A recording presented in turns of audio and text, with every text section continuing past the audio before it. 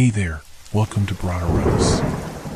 Tonight, we've got hours of chilling horror stories combined with soothing rain sounds to help you relax and sleep.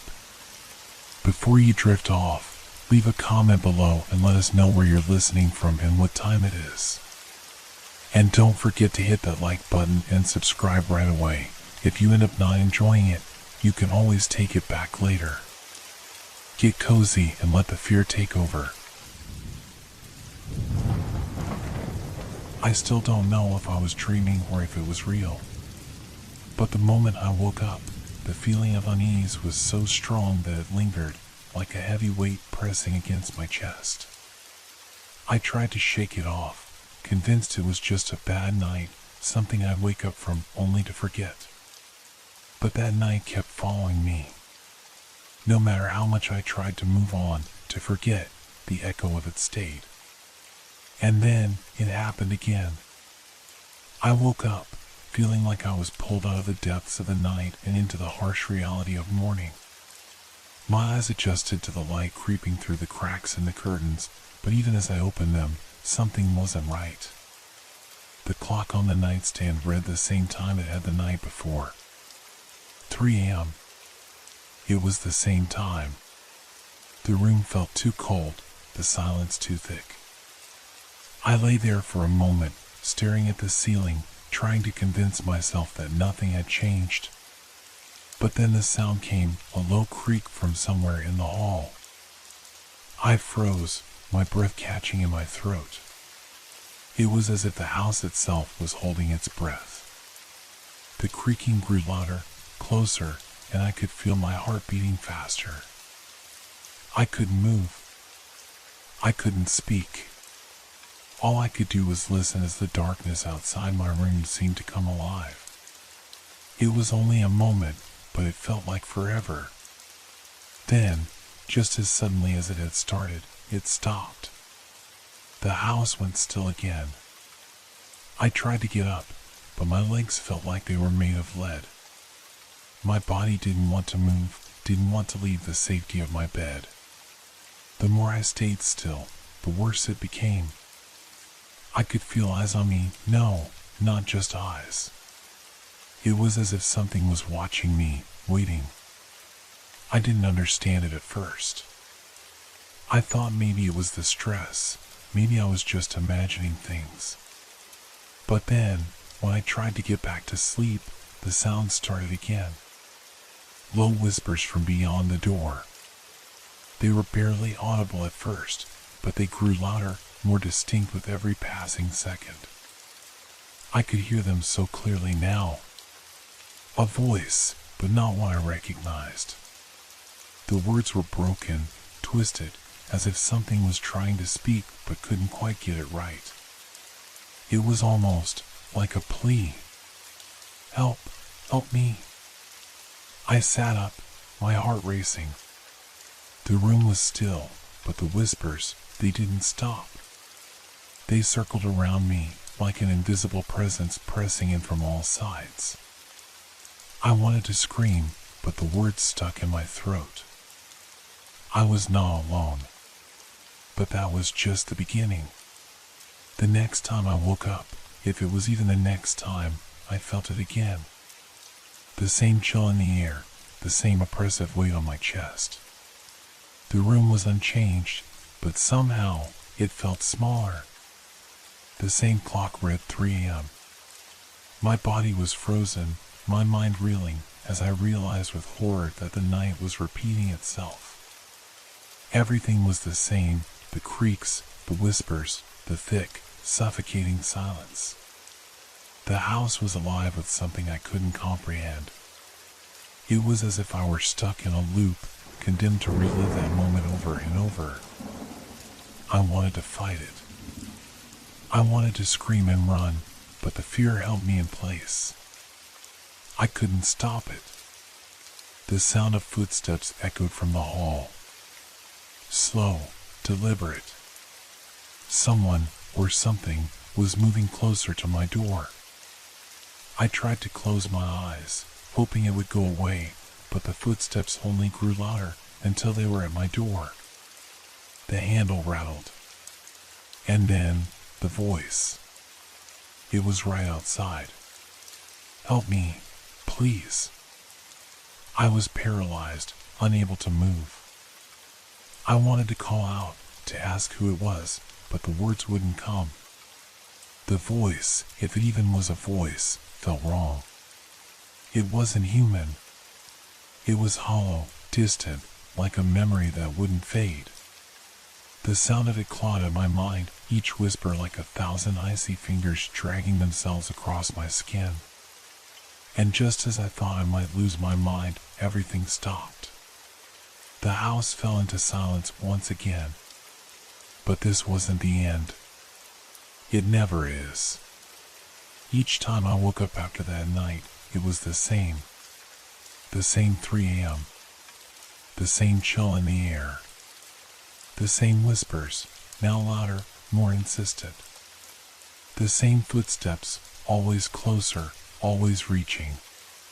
Every time, I told myself it was just a nightmare, that eventually, I'd wake up for real. But the more I tried to convince myself, the more it became clear I was stuck in this night, trapped in a loop, and there was no escape. The house seemed to shift around me, warping in ways that made my stomach churn. The walls stretched, the corners seemed to curl, like the very fabric of reality was bending. The longer I stayed, the worse it became. The whispers grew darker, more desperate. It was the same night, over and over again. It wasn't just a nightmare. This was my reality now. And I was starting to wonder if I'd ever escape. Each night, I thought I could control it. I tried to prepare myself. If I make it through, maybe tonight will be different. But the more I anticipated the loop, the deeper I fell into it. I started to wonder if I was the one who was being controlled. Could I even trust my own mind anymore? The feeling of repetition wrapped itself around me like a heavy cloak. I could feel it in my bones, the certainty that each night would unfold exactly the same way.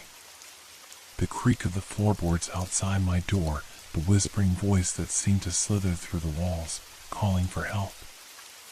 It was never my own voice. It was never anyone I knew. But it didn't matter. The terror wasn't in the voice, it was in the inevitability. It was in the certainty that no matter how much I screamed, no matter how much I tried to escape, nothing would change. I found myself pacing around the room during the day, trying to exhaust myself so I might sleep. But no matter how tired I was, the night always arrived with the same twisted familiarity. When I lay down in my bed, the stillness suffocated me. I couldn't move, I couldn't breathe. I stared at the ceiling, counting the seconds that passed between each creak of the house. It was 3 a.m. again. That familiar coldness was in the air, just a few degrees off, enough to feel wrong. Every breath I took seemed to freeze before it reached my lungs.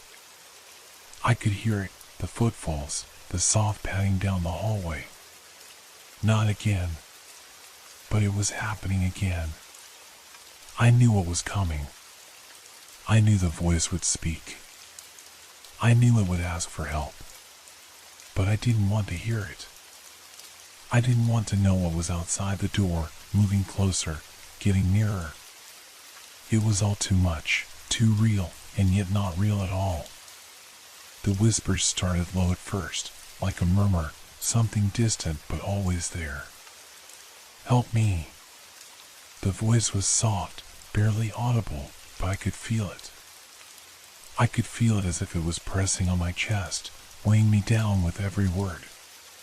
The air in the room shifted, becoming dense, thick, as if something was pushing back against me, forcing me to listen. The door handle jiggled. Don't open it. My body screamed at me to move, to escape, but I couldn't. It was here again. I wanted to scream, to run, but my legs wouldn't obey. My heart hammered in my chest, and I could hear my own ragged breath mingling with the sound of the whispers. Please, help me. I didn't recognize the voice, but I knew it.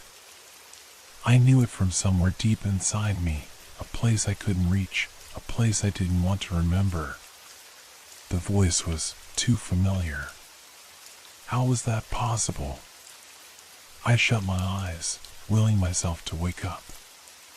To just wake up and find myself in the safety of the morning light. But there was no morning. Not here. Not anymore. When I opened my eyes again, the room had changed. It wasn't the same room I had gone to sleep in.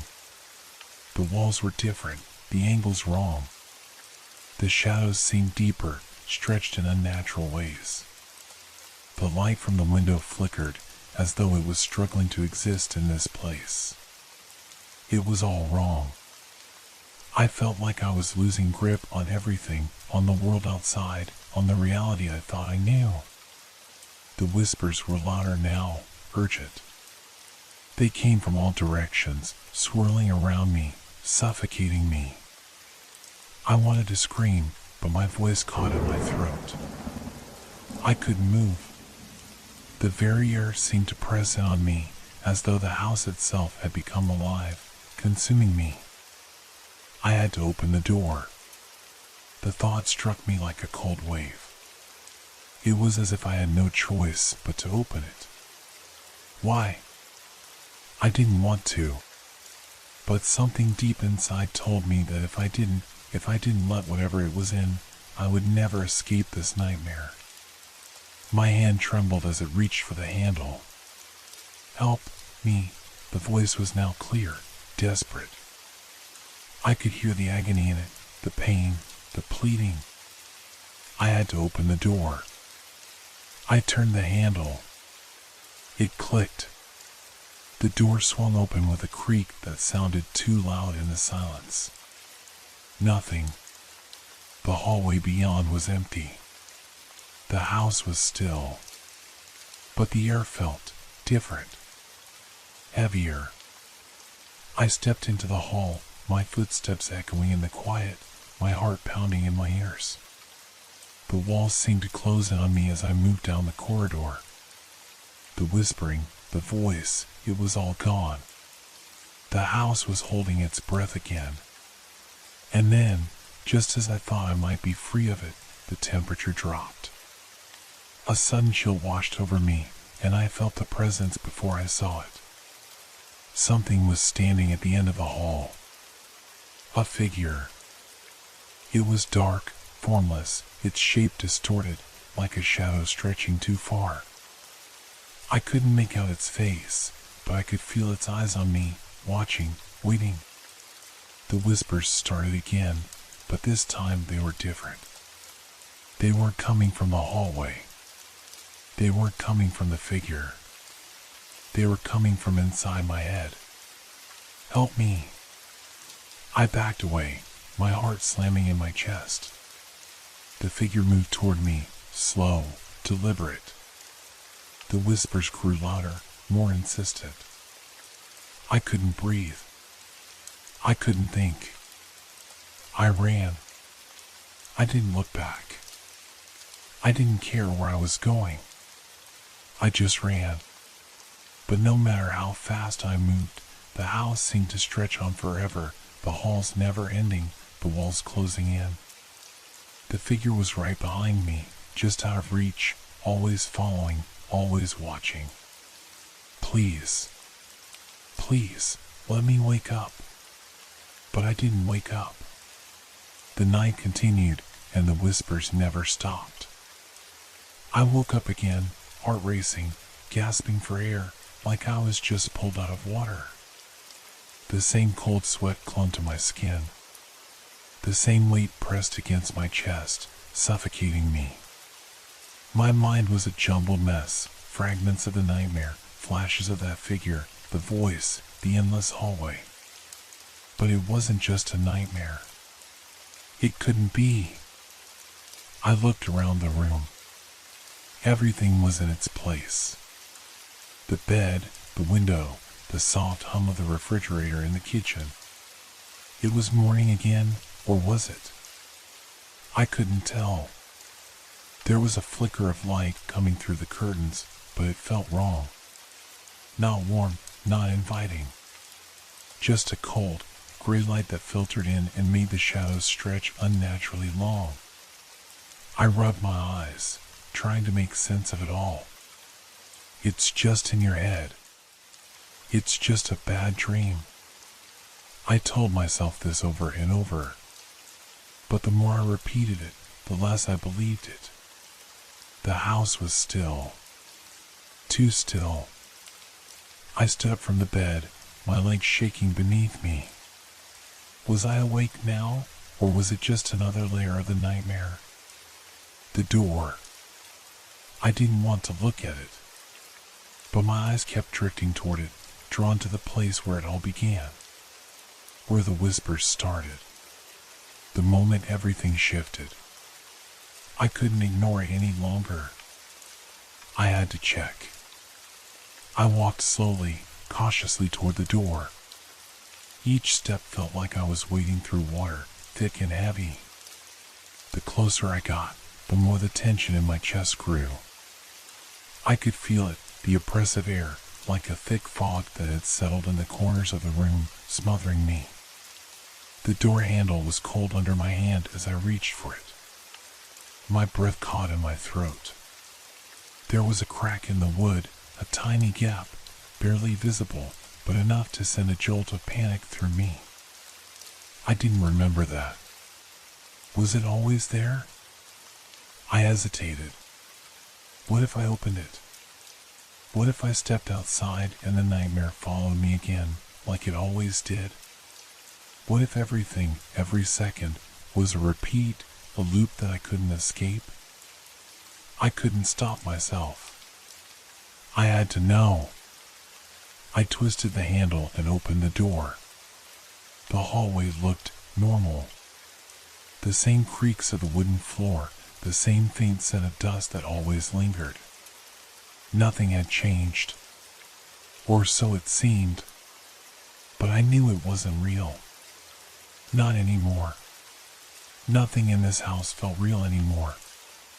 The walls seemed to breathe in and out, like the house itself was alive, shifting, warping.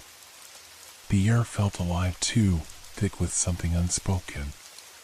There was no sound, no echo of my footsteps, just that deep, unsettling silence. And then I heard it. A creak. Very faint, like something or someone was moving down the hall. My breath stopped. It was that sound again. The one that had come before. Footsteps. Soft, hesitant, but unmistakable. I had been expecting them, but now that they were here, I couldn't move. My feet were rooted to the spot. My heart was hammering, threatening to break free from my chest. I swallowed, trying to control my breathing. Don't be stupid. It's just a house settling. But I knew it wasn't. I looked down the hallway. The shadows in the corners seemed deeper, longer. They weren't where they should have been. The light in the hallway flickered once, twice, like a broken bulb, and then steadied. But it wasn't steady. It was distorted, warping in a way that made the hall feel wider, darker, like it was stretching toward me. The whispering began again. It was faint at first, barely audible, but it grew louder. Closer. Help me. I froze. This wasn't part of the pattern. The voice was different this time, clearer, more distinct. And it was coming from the other end of the hallway. No. I didn't want to look. But I had to. Slowly, my head turned, my eyes unwillingly drawn to the far end of the hallway. There, at the very end, just past the doorway, a shadow stood. It was barely more than a silhouette, a blur of darkness. But I could feel it. I could feel its presence, like it was pressing against me, invading my thoughts. The voice came again, but this time it was louder, desperate. Help me. I could see it now.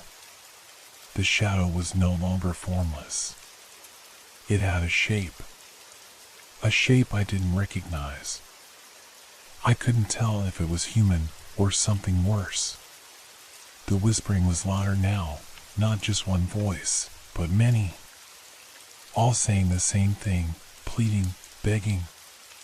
Help me. I backed away, my feet stumbling, desperate to escape, but I couldn't move fast enough. The air felt heavier with every step.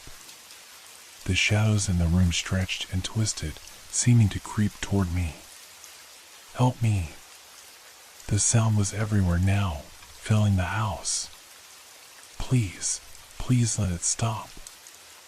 I couldn't take it anymore. I turned and ran. I ran through the hallway, my breath coming in ragged gasps.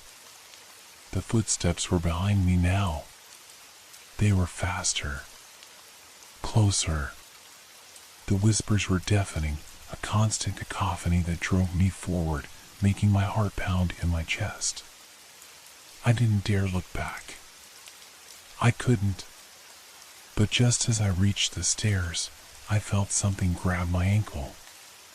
Cold fingers, sharp and freezing, like death itself was pulling me down. I kicked and pulled, trying to break free, but the grip tightened, pulling me into the darkness. Please. It was too much. I screamed, thrashing, trying to escape, but the cold kept tightening, pulling me down into the depths. The shadows closed in around me, swallowing everything. And then, nothing. The silence was deafening. I opened my eyes. I was back in bed. But I knew it wasn't over. The air was thick with tension, suffocating. It felt as if the walls were closing in on me, pressing down from all sides. My breathing was shallow, ragged, but it didn't matter. It didn't matter that I had just woken up or that I had just experienced the worst terror of my life. None of it mattered because the nightmare was still there, lurking, twisting, just out of sight. I wanted to believe it was just a dream. I wanted to believe that the shadows, the whispers, the cold hands reaching for me, they were nothing more than a trick of the mind. But deep down, I knew better. This wasn't normal. This wasn't just a nightmare. This was something worse. Something that had latched onto me, refusing to let go. I rubbed my eyes, trying to clear the fog in my mind. I needed to escape. I needed to do something. But there was no escape. Not anymore. The room around me felt like a cage. The same bed, the same walls. But something had changed. The air smelled different now, thick with something off. It wasn't just stale air, it was something older. Something that had been festering for far too long. I stood up, forcing my legs to move even though they trembled beneath me. The floorboards creaked under my weight, but it didn't comfort me. It was too quiet, too empty. I needed to check again. The hallway. The door. The place where everything had started. I approached the door cautiously, my heartbeat hammering in my chest. The handle was cold beneath my fingers as I turned it slowly, the sound of the metal scraping against the wood sending a jolt of fear through me. I didn't want to look. I didn't want to step into that hallway again, but I couldn't help myself. The hallway was exactly as it had been before. The same dull light flickering from the lamp at the end. The same shadows stretching unnaturally. But this time, the air felt heavier. It felt wrong. I took a step forward, my foot falling silently against the floor. The whispers came again. Soft at first, like a rustling wind, but then louder, more insistent. "Help me." The voice had changed again. It wasn't the same voice from before, but something about it sounded familiar. I froze. My blood ran cold. The voice wasn't coming from the end of the hallway this time. It was coming from somewhere closer.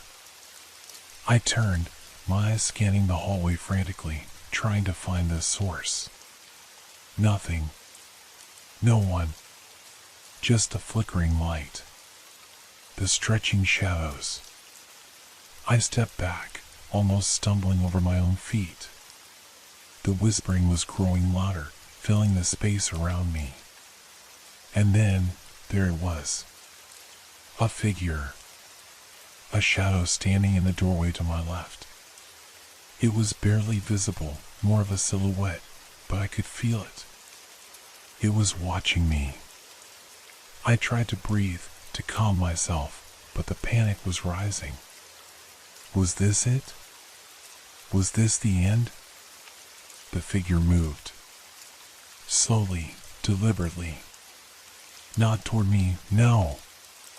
It moved down the hallway. The footsteps echoed in the silence, soft at first, but then growing louder.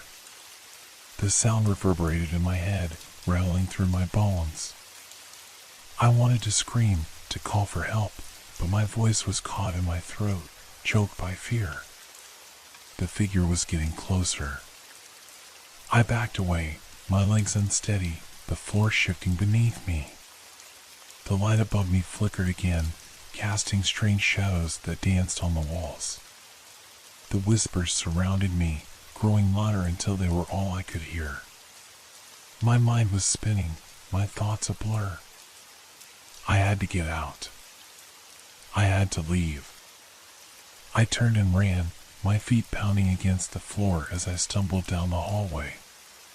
The darkness closed in behind me, swallowing everything. The whispers followed me, crawling into my ears, drowning out everything else. I could feel it, it was right behind me. I didn't dare to look back. I couldn't. I just kept running, my pulse racing in my ears. The air was suffocating, the walls closing in around me. I didn't know where I was going. Didn't know what I was running from. All I knew was that I had to keep moving. And then, just as suddenly as it had begun, the chase stopped. The hallway went quiet. The whispers ceased.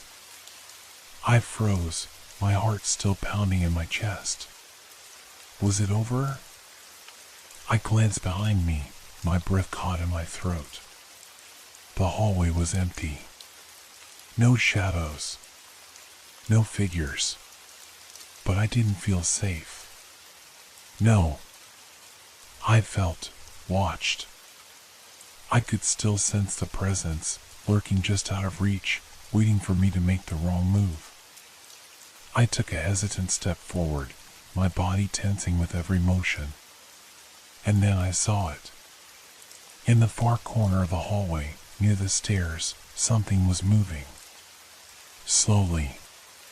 Faintly. A shadow, stretching long across the floor. I knew it wasn't just the darkness. Something was there. Something that I couldn't see, but could feel, could sense with every fiber of my being. It was watching me. I took another step forward. Should I go down the stairs? Should I run again? My mind screamed at me to turn back, to escape while I still could. But I couldn't. Something was pulling me in. A force I couldn't explain. My feet moved against my will, stepping closer to that shadow. Closer to the thing waiting in the dark. I reached the edge of the hallway, my breath shallow. The shadow shifted, revealing nothing. The corner was empty. I sighed, relief washing over me, but then the door slammed shut behind me. The sound was deafening, rattling the house to its core. I spun around, but no one was there. The shadows on the walls shifted. The whispers began again, louder than ever. Help me, help me. And this time, I didn't run. I couldn't stop shaking. My hands, my legs, my whole body, everything trembled as if I had been caught in the middle of a storm, caught between worlds I couldn't understand. The whispers were growing louder, overlapping each other, until it felt like the walls themselves were closing in on me. I was suffocating, drowning in the sounds of voices I couldn't place, voices I didn't recognize, but that felt too familiar at the same time. I tried to calm myself, telling myself it was just my mind. Just the after effects of everything I'd been through. The fear, the anxiety, the stress. But deep down, I knew that this was not just in my head. It was something else. Something more.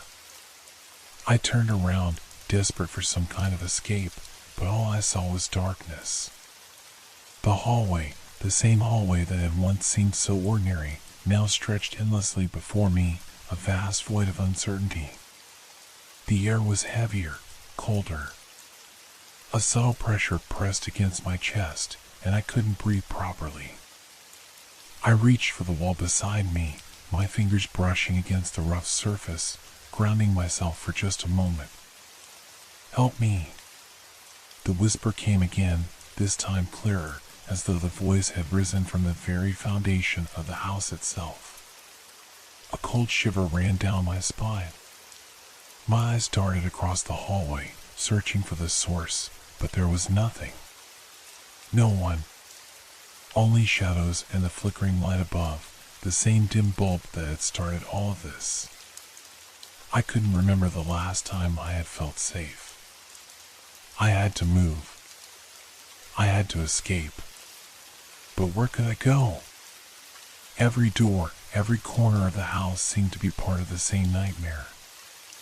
Every step I took brought me deeper into the unknown, further into the madness. The whispers faded, but the silence that followed felt worse. It was an oppressive silence, one that gnawed at my sanity, making the air feel even heavier. My heart raced in my chest, my mind whirling with confusion. I couldn't even trust my own senses anymore. I forced myself to move forward, slowly, as if any sudden movement would make things worse. The floor creaked beneath me, the familiar sounds now twisted and distorted in the silence. I was aware of every tiny noise, the scrape of my shoes against the wooden floor, the faint rustle of my clothes. Each sound amplified, echoing around me. The hallway seemed endless. It stretched on, and the closer I got to the end, the further it seemed to recede. I took another step, then another, but the space didn't change. It was as if the house itself was playing tricks on me, refusing to let me leave. And then I saw it. A figure, standing at the very end of the hallway, just outside the reach of the flickering light. Its form was indistinct at first, but then it started to take shape. A man, his silhouette dark against the dim light. He was tall, too tall, standing unnaturally still. I froze, unable to look away. His face was obscured, hidden in shadow, but I could feel his presence. It was as if his very existence was pressing in on me, suffocating me, pulling me deeper into something I didn't understand. He didn't move. He just stood there. The air felt colder now, the temperature dropping rapidly as I stood, rooted to the spot, staring at this figure. The whispering started again, this time louder, frantic. It's all your fault. You should never have come back. I blinked. Was it him speaking? Or was it something else? Something that had been there all along, waiting for me to notice it? I couldn't think. My mind was a mess of fragments, pieces of memories colliding with the present, and the present was this. This man, this figure. I wanted to run, but my feet wouldn't move. My body was frozen, caught in the grip of something I couldn't escape. The whispers continued, rising in volume. The shadows stretched around the figure, growing like tendrils reaching for me, pulling me in. You don't belong here. The voice was clearer now, as if it had broken free from the noise. It was harsh, angry. It sounded like someone who had been waiting for far too long to make itself known. And then the figure took a step forward. I could feel my heart racing as his foot hit the ground, the echo vibrating in my chest. Each step he took was measured, deliberate, as if he knew exactly what he was doing. And I was the one who was afraid. I was the one who had no control. I wanted to scream, to run, to do anything, but I was trapped. My body wouldn't obey, frozen by the terror that had lodged itself deep inside my chest. He was close now. So close I could hear his breath. Could feel the cold emanating from him, wrapping around me like a vice. You're still here, he said, his voice low, almost mocking. You should have left when you had the chance. I took a step back, my feet stumbling, my hands reaching out to steady myself. But I couldn't move fast enough. The figure raised his hand, and for a moment, I thought he was going to touch me, to break me. I closed my eyes, bracing for the worst. But then, just as suddenly as he had appeared, he was gone. The hallway was empty again. The silence returned, but it wasn't peaceful. It was deafening. The air was still cold, the whispers still echoing in my mind, but the figure was gone. I opened my eyes, my breath shaky, my pulse still racing. Was he real? Was it just another part of the nightmare? I turned around, my back pressed against the cold wall as I tried to make sense of it all. The house felt alive. It wasn't just a structure anymore. It was something else. Something that knew me, that knew what I feared most. And it wasn't done with me. I knew that now. There was no escape.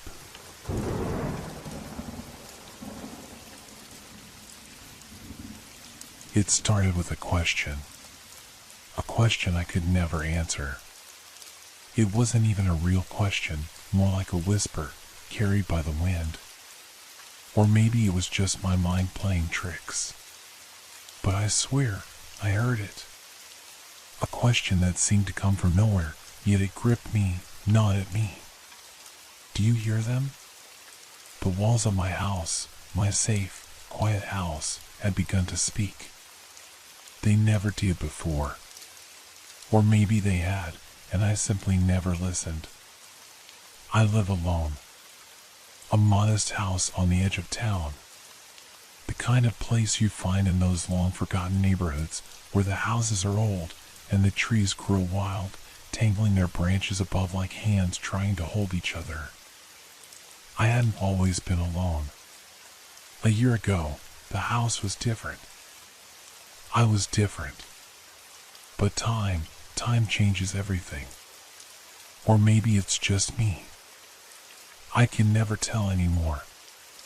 The silence of the house has always been comforting. It was the kind of silence you'd want after a long, hard day. The kind of silence you could sink into. But lately, it feels different. Not comforting. Not welcoming. It feels too quiet. Like the silence is thick. Stifling. Alive, even. At first, I thought it was just the settling of the old wood. You know, how houses creak at night. How the pipes groan and the floorboards sigh. I had gotten used to those sounds. But then the whispers started. soft at first, just a murmur, a flicker at the edge of my consciousness. I'd be sitting on the couch, watching TV, and I'd hear something just behind me, but faint. I'd turn around quickly, heart pounding, expecting to see someone. But there would be nothing. Just the empty room, the shadows shifting in the corners. At first, I brushed it off. Maybe it was the house settling. Maybe it was my mind playing tricks. But then the sounds started to get more distinct. They weren't just creaks and groans anymore. They were footsteps. Slow, methodical, moving from one side of the house to the other. But there was never anyone there. I told myself I was imagining it, that I was tired, that my mind was playing games with me. But then the smell came. The musty, earthy scent like wet soil, but sharper. It hung in the air, thick and cloying, like it was seeping from the walls themselves. That's when I started to wonder if something else was in the house with me. I'm not a superstitious person, but there's something about this place, about this house, that makes my skin crawl. I can't explain it. Maybe it's the history of the place. I don't know much about it, except that it was built long before I moved in. Before anyone. I've heard rumors. People say the house has a dark past, that bad things happen here. But who knows if that's true? I don't put much stock in ghost stories. Still, I can't shake the feeling that something's watching me. Something waiting. I can feel it in the air, like a presence, just out of sight. It's like the house itself is alive, breathing, shifting. And then there's the voices. They started as whispers, but now they're clearer. Not words, but something like words. I can't make them out, but they're always there. When I lie down to sleep, they get louder, more insistent. Sometimes, I even hear my name. The worst part is that the walls aren't just talking anymore. They're moving. I swear it. I heard them move. Late last night, I was in bed, half awake, when I heard it. The soft scraping sound, like someone was dragging itself across the floorboards above me. I lay still, holding my breath, trying to convince myself it was just the house again. Just the old wood settling. But then I heard something else. A voice. It came from behind me. It was soft, so soft I thought I imagined it. But then it came again, a murmur. Faint, but unmistakable. The voice wasn't speaking to me, not directly. But it was speaking. It was comforting. In a way. But I knew it wasn't real. Do you hear them? This time, I didn't ignore it. I sat up quickly, my heart racing, pulse pounding in my ears. But there was nothing. No one. Just the cold, empty room. I didn't sleep that night. I couldn't. My mind kept racing. What was happening? What was it? Was I losing my mind? Or was something really out there? Something that shouldn't be? I don't know. But I do know one thing. Something is in this house with me. Something that I can't see. Something that is watching. Waiting. And I'm not sure how much longer I can stay here. The days after that night were worse. Much worse. I didn't sleep for days. At least, not properly. I'd close my eyes, only to have my heart pound in my chest, every shadow in the room threatening to move. The whispers, they never stopped. But now they were louder, more distinct. Like they were closer. They were no longer just in my mind. No, I could hear them clearly. In the walls, in the floorboards, sometimes even in the air itself. I could feel their presence. It lingered in the corners of my vision, just out of reach. I would turn, hoping to catch a glimpse of something, anything, but there was nothing. Just the house. The same old house I'd lived in for months, years even. But it wasn't the same. I felt it then, more than ever. The house was different.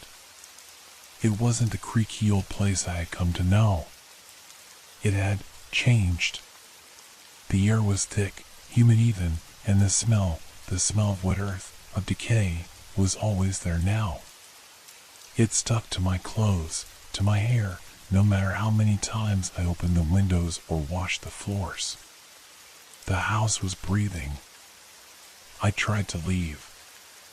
I did. But the moment I stepped outside, I felt uneasy. Like I was being pulled back in.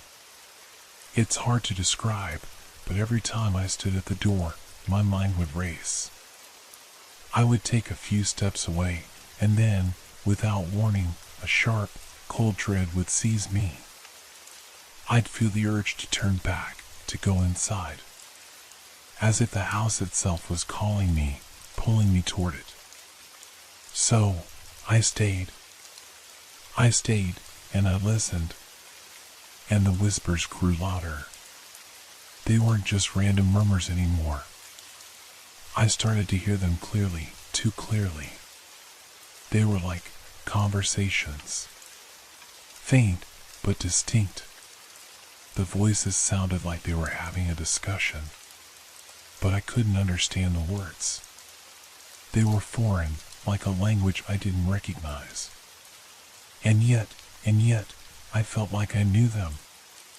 Some part of me knew exactly what they were saying, even if I couldn't comprehend it. The worst part was when I realized I wasn't just hearing them in the walls or the floor. I started hearing them outside my door. At first, it was just soft footsteps. You know, the sound of someone walking slowly, cautiously around the house. I'd freeze in place, listening. But when I opened the door, there was nothing. Nothing but the empty hallway, the quiet, silent rooms. But then the footsteps changed. They grew louder, faster, more frantic. One night, I was sitting in my living room, trying to distract myself, when the footsteps started again. But this time, they didn't just stop. They kept moving, pacing back and forth outside the door. I could hear them clearly, just behind the wood, just behind the door, dragging slowly, step by step. It felt like they were getting closer, closing in on me. I stood up, heart racing, sweat dripping down my neck. I could barely breathe. I wasn't sure what to do, what to think. Should I open the door? Should I confront whatever was out there? But I didn't. Instead, I grabbed the nearest thing I could find. A lamp. A cheap, broken thing, but it was all I had. I held it tightly, my knuckles white, waiting. The pacing stopped, and the silence was worse than anything. My own heartbeat was deafening in my ears. It felt like the house itself was holding its breath, waiting. And then, as I stood there, motionless, waiting for the inevitable, I heard the whisper again. This time, it wasn't coming from the walls. No, it was coming from behind me. Soft at first, like it always was, but then louder. Do you hear them? I spun around, the lamp raised, ready to strike whatever it was. But nothing. No one. Just the empty room. I could feel my skin crawling. I didn't know how much longer I could take it. The fear, the anxiety, the endless feeling of being watched, it was driving me insane. And yet, I couldn't leave. I couldn't escape. Something, some force, was keeping me here. The nights grew worse. The whispers turned to laughter. High-pitched and cruel. It echoed through the walls, reverberated off the floors, bouncing around my mind, breaking me piece by piece. Sometimes, when the laughter got too loud, I could hear something else, something even worse. Breathing. Slow, deliberate breaths. The kind of breath that someone takes when they're right behind you. I'd freeze. I'd hold my breath, listening, hoping it would stop. But it didn't. It lingered. It stayed there, right behind me. I couldn't see it. I couldn't see what was there. But I knew it was. I felt it. And that's when I realized whatever was in this house with me wasn't just a thing. It wasn't just some ghost or entity. No. It was something worse. Something that knew me. Something that knew what I feared. The house wasn't just haunted. It was alive. Alive, and it knew me. It knew my every fear. And it was feeding on it. I could hear it now, clearer than ever. Do you hear them? I didn't respond. I couldn't. Because I knew, deep down, that the answer wasn't just a simple yes or no. The answer was that I was never alone. Not anymore. I didn't sleep that night. I couldn't. I sat in the corner of my living room, hugging my knees to my chest, my eyes darting from shadow to shadow. The walls of the house seemed to breathe with me, every inhalation and exhalation of air matching the slow, heavy rhythm of my pulse. The whispers had stopped for a brief moment, but I knew they'd return. They always did. And when they did, they would bring something worse. It wasn't just the whispers anymore. No, the house had started to change. The floorboards creaked as though something, or someone, was walking across them. I would glance over my shoulder, expecting to see a figure standing behind me, but the room remained empty. Cold. Silent. Except for the breathing. It had been happening for days now, but tonight was different. I was no longer sure what was real and what was just my mind breaking under the pressure. I thought I saw things out of the corner of my eye. Flickers of movement, shadows that weren't quite shadows, shapes that weren't quite shapes. I could almost hear them in my mind, those shapes, those figures. They were always just behind me, moving when I wasn't looking. Always waiting for the right moment to show themselves. I remember sitting on the couch, the low hum of the refrigerator the only sound in the house. It should have been comforting, but instead, it felt like it was part of the growing unease. It wasn't the hum of the fridge that bothered me. It was what came after. The walls, they shifted. At first, I thought I was imagining it. But no! It wasn't just my mind playing tricks. The walls, those solid, unyielding walls, moved. Slowly. Barely perceptible. I stood up, my breath shallow, my body trembling. The hallways seemed longer. The door to the kitchen, the door I had walked through dozens of times, seemed farther away than it should have been. I walked toward it, my legs unsteady, as though the very ground beneath me was shifting. With each step, the house groaned as though it was protesting my presence. It was like the walls were closing in on me, tightening, narrowing. I could hear the floorboards creaking beneath me, but it wasn't the house settling. No, it was something else. Something alive. The walls were whispering to me, too. Not in the same voice as the others, but with a rhythmic pulse, a low hum that matched my heartbeat. I reached the kitchen door, but when I tried to open it, I couldn't. The handle wouldn't turn. It was as if the door had fused with the wall, the space around it warped, like the house was actively trying to keep me away. I yanked harder, my fingers aching, but it wouldn't budge. The sound came again. A faint scrape. A dragging, scraping sound from behind me. It was slow. Measured. Like someone, was crawling through the dark behind me. I whipped around, my heart slamming in my chest. Nothing. But I could feel it. The air had changed. It was thicker now, heavier, suffocating. The house felt more alive than ever. The whispers were there again, rising, swirling around me.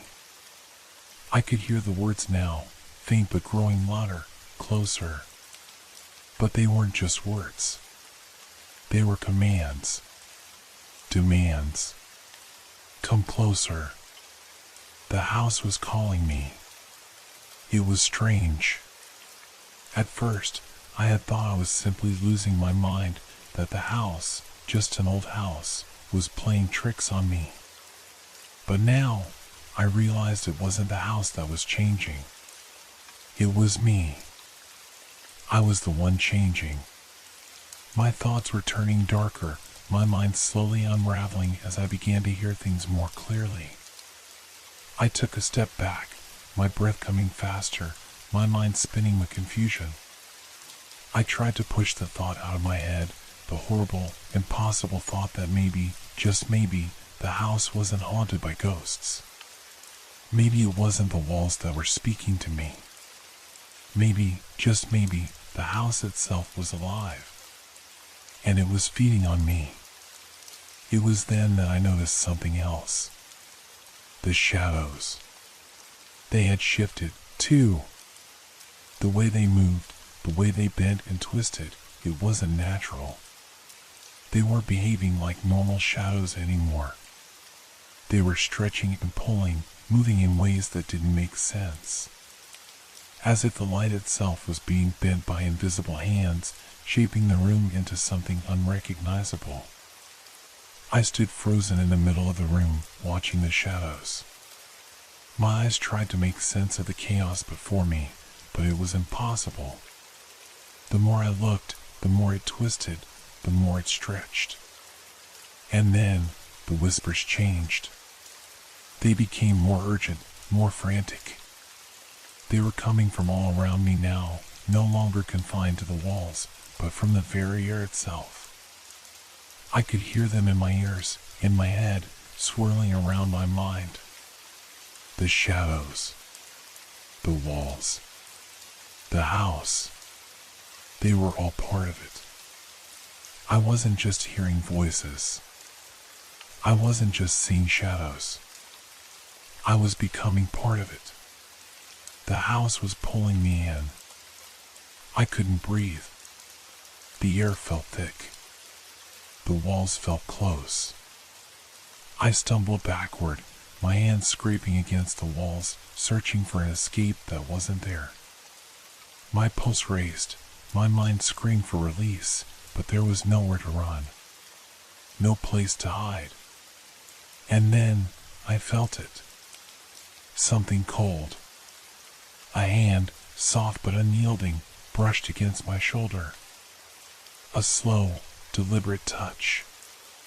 My body froze, my skin crawling under the touch of something that was not human, not real. I spun around, but again, nothing. The room was empty. But it wasn't. It never was. The house was alive, and it was not letting me go. The next day came and went in a blur. Time felt irrelevant. It wasn't so much that I didn't know what time it was that it didn't matter. The world outside my house continued, but here, inside these four walls, time had stopped. Or maybe it had never existed in the first place. Maybe it was all just part of the house's twisted game. I hadn't eaten in days, but my hunger didn't matter anymore. I didn't feel it. The smell of decay was constant now, even though I couldn't find the source. The walls, the floors, the air, it all smelled like wet earth and rot, and it only grew stronger as the days wore on.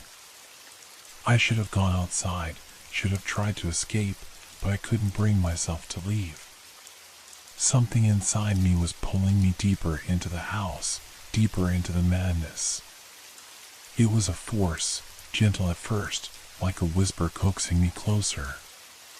Now, it was more of a tug. A painful, constant tug in my chest that left me breathless. I could hear the whispers again. They had returned in full force. But this time, they were different. They weren't just floating around the house anymore. They were in me, too. They were in my mind, in my thoughts. They were everywhere. I couldn't separate myself from them. I couldn't escape. I was losing track of what was real. Sometimes, I would wake up in a place I didn't remember falling asleep, like the hallway or the kitchen. Other times, I'd find myself standing in front of a mirror, staring at my reflection, unable to recall how long I had been there. I had become a stranger to myself. The house seemed to be growing in size, its hallways extending further, rooms appearing where there had been none before. Every time I turned a corner, I was met with something new, something I couldn't explain.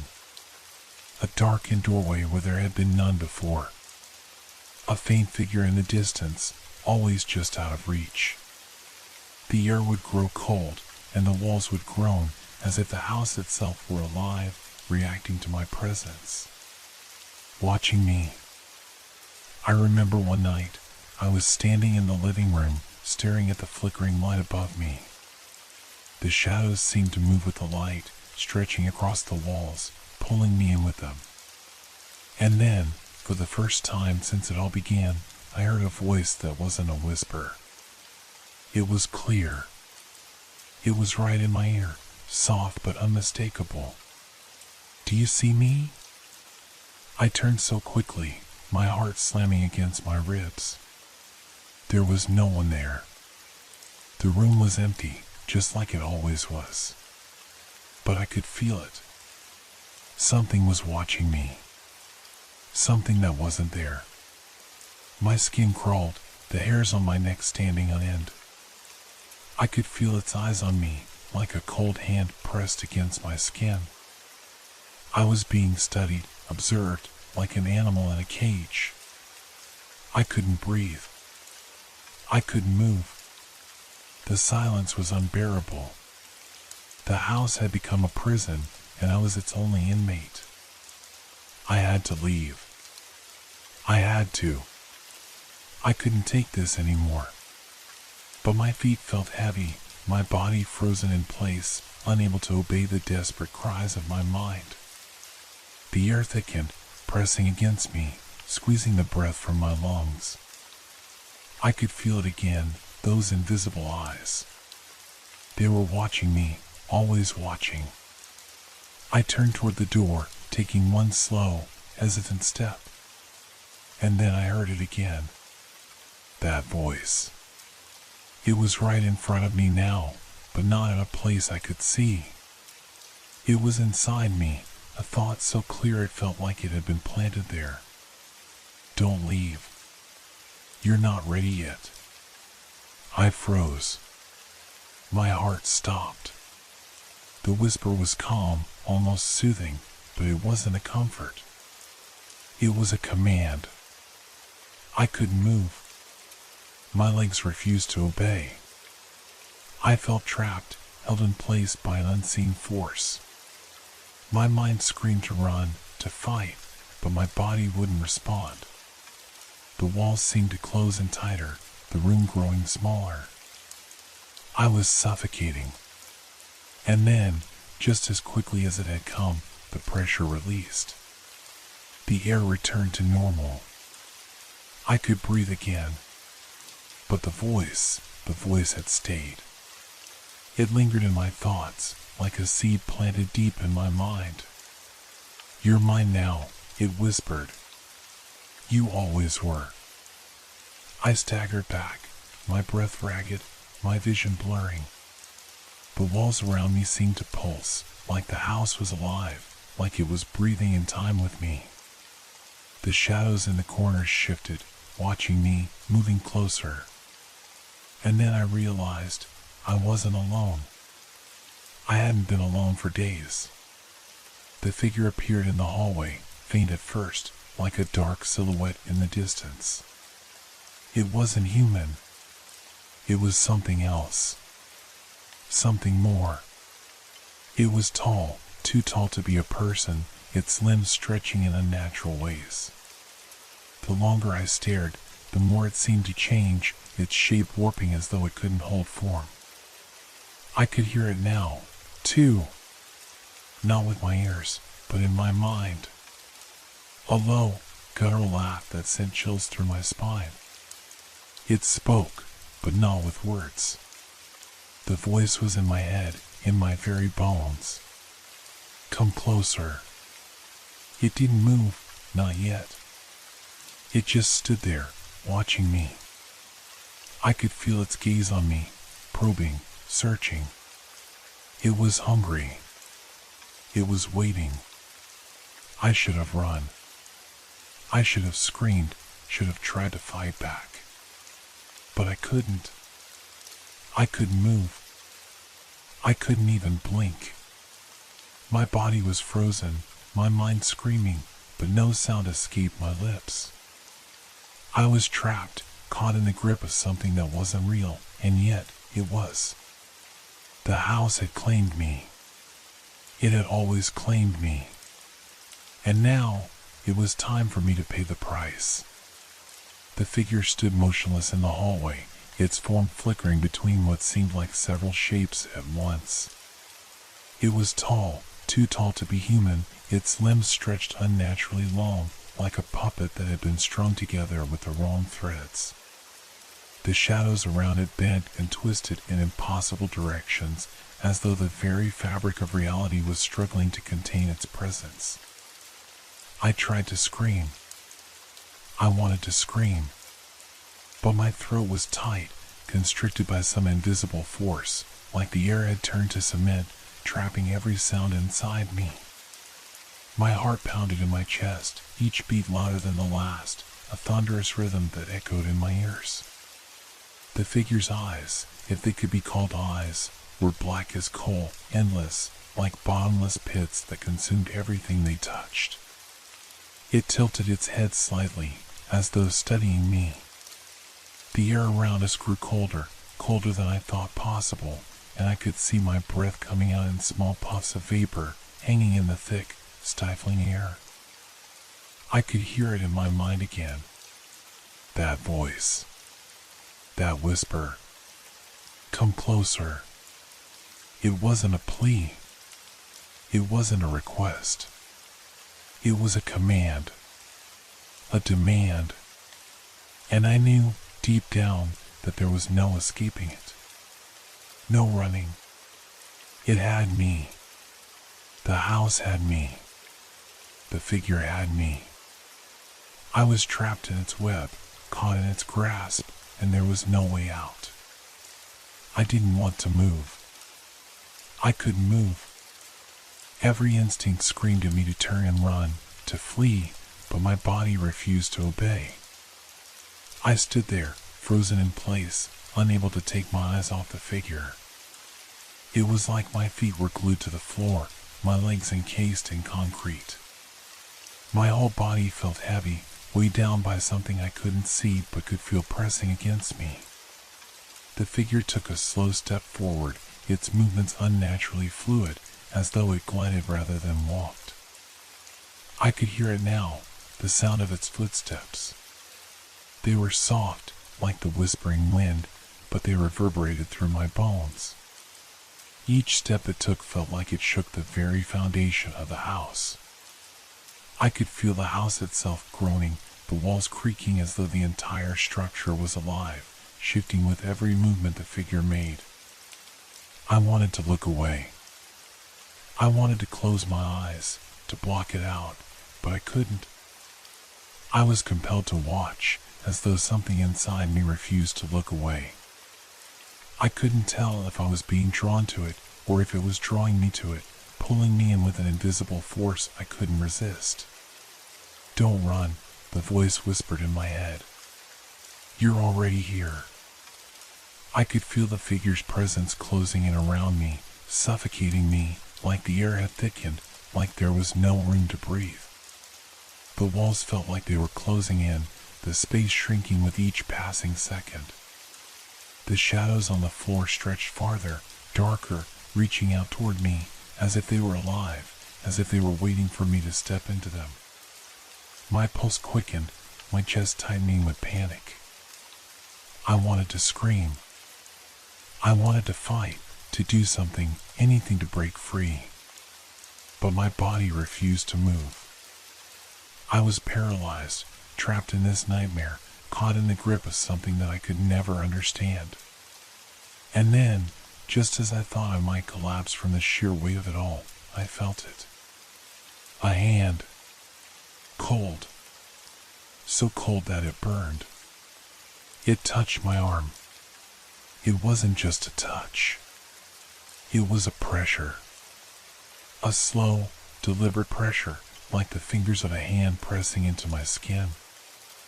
I could feel it, each finger digging into me, marking me, claiming me. I tried to pull away, but the hand held me tight. I couldn't move. I couldn't escape. The grip was unyielding, like iron, and I felt my muscles strain, my body fighting against it, but it was useless. The figure was too strong.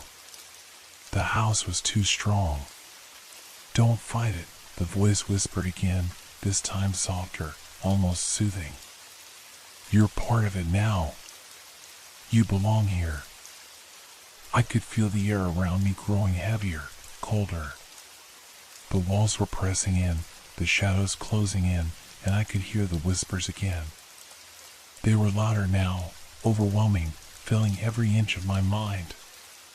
The voice that had spoken to me before was joined by others, a chorus of whispers, a cacophony of voices that echoed through my skull. They were all around me. I could feel them, their cold breath on my skin, their eyes boring into me from every direction. I was no longer just in the house. I was the house. I was part of it, part of its darkness, its endless, suffocating grip. I felt myself start to lose control, my thoughts swirling, my vision blurring. I couldn't think clearly anymore. It was as if my very mind was being consumed, torn apart by the whispers, by the voices that were now inside me. "Are you afraid?" the voice asked. It was so close now, I could feel it vibrating in my skull. I couldn't answer. I couldn't do anything. I was fading, slipping into something darker. Something that I couldn't understand. I felt the walls pressing in even tighter. The shadows stretched out, crawling over me, pulling me down. The house was swallowing me whole, consuming me, taking me into its depths. And then everything went silent. It was like the house itself had stopped breathing. The whispers had faded, leaving only the sound of my own ragged breathing. I looked around, but the figure was gone. The shadows were still there, but they didn't move. The air was still, almost suffocating in its stillness. I took a slow step forward, my legs trembling beneath me. The house was quiet now, too quiet. It was like it was waiting, like it was watching, waiting for me to do something. And then I heard it again. The whisper, But this time, it wasn't in my mind. It was real. Right behind me. Welcome home.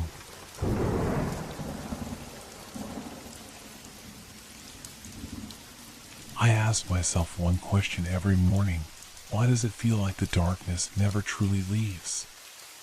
The early morning light filtered through the curtains, soft and pale, like an apology.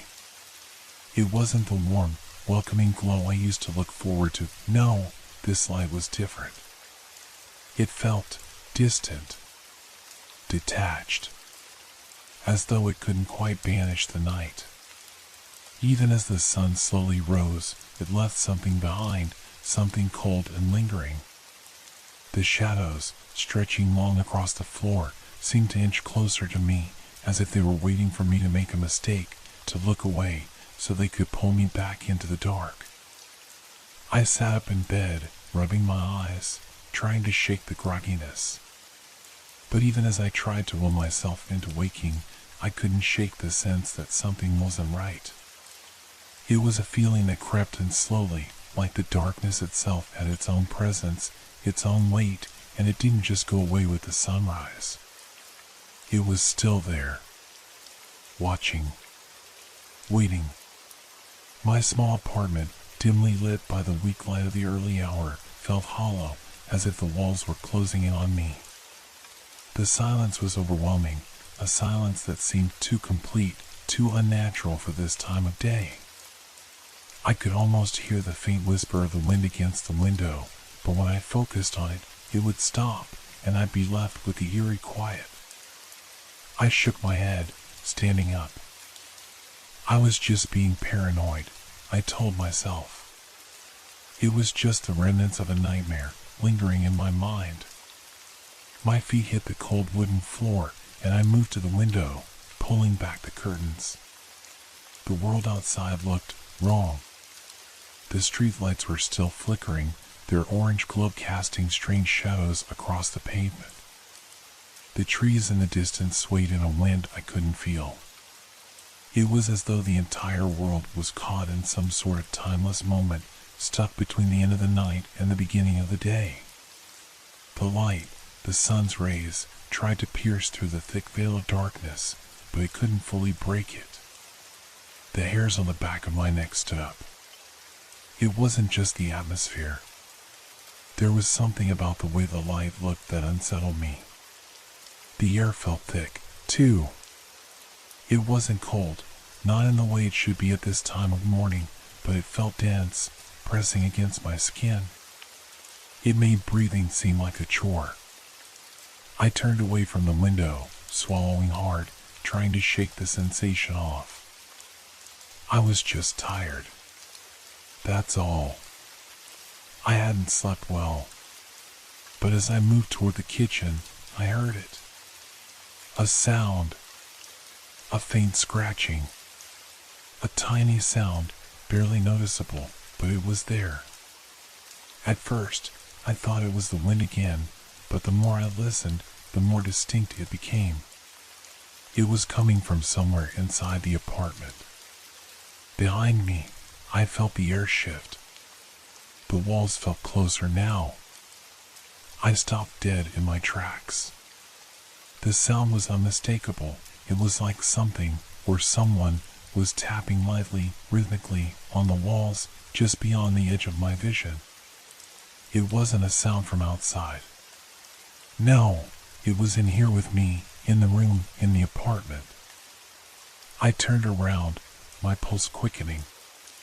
The room was still, save for the flickering light in the corner.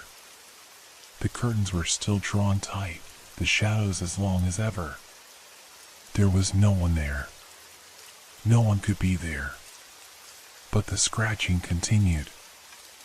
I looked to the hallway. The narrow corridor between the living room and the bedroom was shrouded in shadow.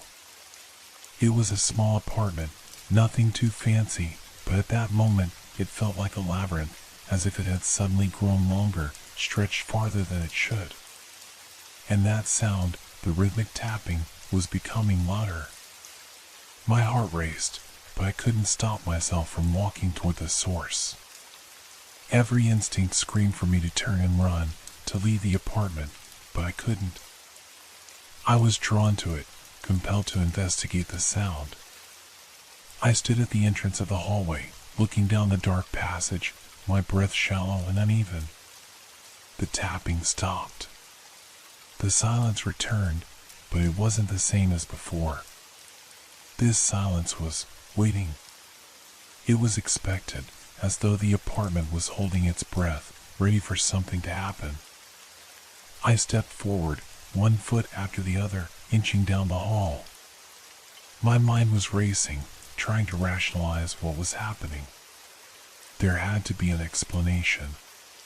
Perhaps a rodent in the walls, I thought. But the air felt wrong.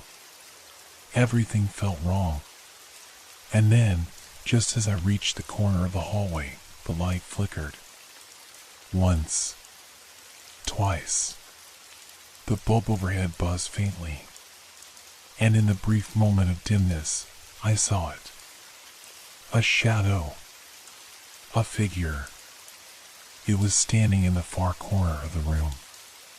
It was tall, impossibly tall, and thin. The figure didn't move. It just stood there, its shape barely discernible in the low light, but unmistakable. Its outline was jagged, like the shadow of something not quite human. I froze. My breath caught in my throat. It wasn't possible. It couldn't be. But there it was, right before me, in my own home. And as I stared at it, I felt the hairs on the back of my neck rise again. The figure tilted its head slightly, as if noticing me for the first time. And then it whispered. A faint, soft sound, so soft I could barely hear it. But it was there. It was a word, a single word that sent a chill through my spine. Leave. The whisper lingered in the air like an invisible hand brushing against my skin. Leave. The word hung there for a long time, its weight pressing against my chest. For a moment, I thought I had imagined it, my mind, exhausted from the strange atmosphere, playing tricks on me. But no! The figure was still there. Its jagged, elongated silhouette loomed in the corner of the hallway, and I could feel its presence even as the light flickered above me, casting fleeting shadows across the room. I should have run.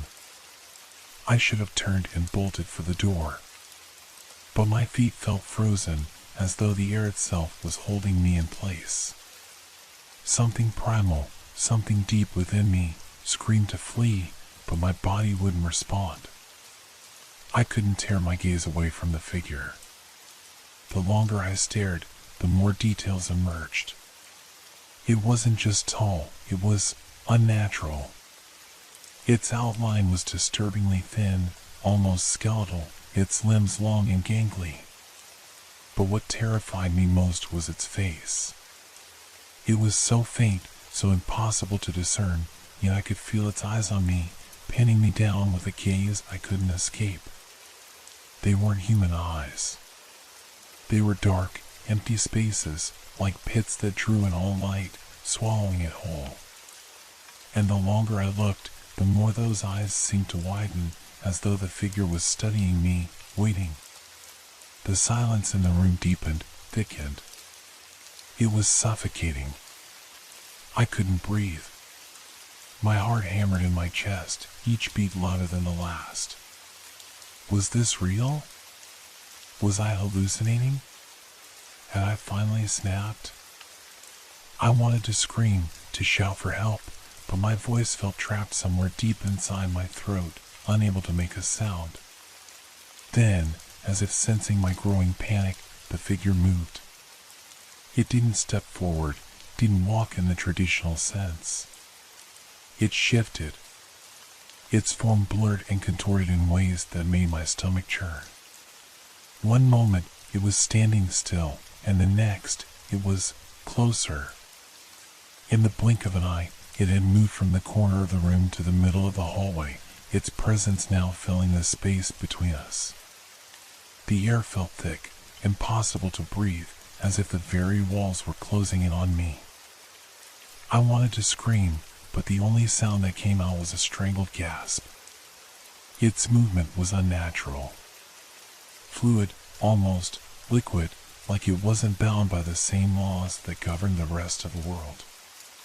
The way it shifted, it wasn't like anything human. It was like watching a nightmare come to life, and all I could do was watch. And then the silence shattered, broken by a creaking sound, the floor beneath my feet groaning in protest. I looked down, half expecting the figure to be standing right next to me, but it was still there, hovering just at the edge of my sight. I couldn't tear my eyes away from it. It was waiting. It was waiting for something. I didn't know what it wanted, but my mind raced with one question. Why me? There had to be a reason. There had to be some explanation. This couldn't be real, could it? The light above me flickered again, casting long, jerky shadows against the walls. For a moment, I thought the figure had disappeared, vanished into the darkness like smoke, but then I heard it. The softest of sounds, an exhale, a breath. "You're not safe here," the voice whispered again, this time closer, though the figure hadn't moved. The words echoed in my mind, chilling and hollow, like the wind had carried them straight into my ears. I stumbled back, my legs trembling beneath me. Every instinct screamed at me to run, to get out, to leave before it was too late. But my feet remained rooted to the spot, unwilling to obey. There was something about the voice, something about the way it resonated with the very core of my being that kept me frozen in place. The world around me began to shift again. The apartment, my apartment, the one I had known so well, was changing. It was subtle at first. The light seemed to grow dimmer, as if the sun were being swallowed by the same darkness that had clung to the edges of the night. The shadows in the room stretched unnaturally long, bending at angles, and for a moment I swore they were alive. The walls felt as though they were narrowing in on me, suffocating me, pressing against my skin. I couldn't breathe. I turned my head, trying to steady my thoughts, but I couldn't shake the feeling that something was watching me from the corners of the room, from the edges of my vision. It wasn't just a figure anymore. No, it was the whole space. The apartment itself felt alive, as though it had a presence, a malevolent awareness that was aware of my every movement. Something in my mind cracked. The rational part of me was screaming for answers, for a reason, for some logical explanation. But deep down, I knew. This wasn't something I could explain. This wasn't a nightmare or a trick of the light. This was something real. And it had found me. The floorboards creaked again, louder this time, but this time I didn't look down. I couldn't. And then I saw it. The shadow, that shadow, was no longer just a shadow. It had taken shape. It had form. It was standing right behind me. I didn't hear it move. There were no footsteps, no sounds to warn me. It just was there. Cold, suffocating, its presence consuming every inch of the air around me. I couldn't turn to face it. I couldn't even move. My legs felt like lead, my body trembling uncontrollably.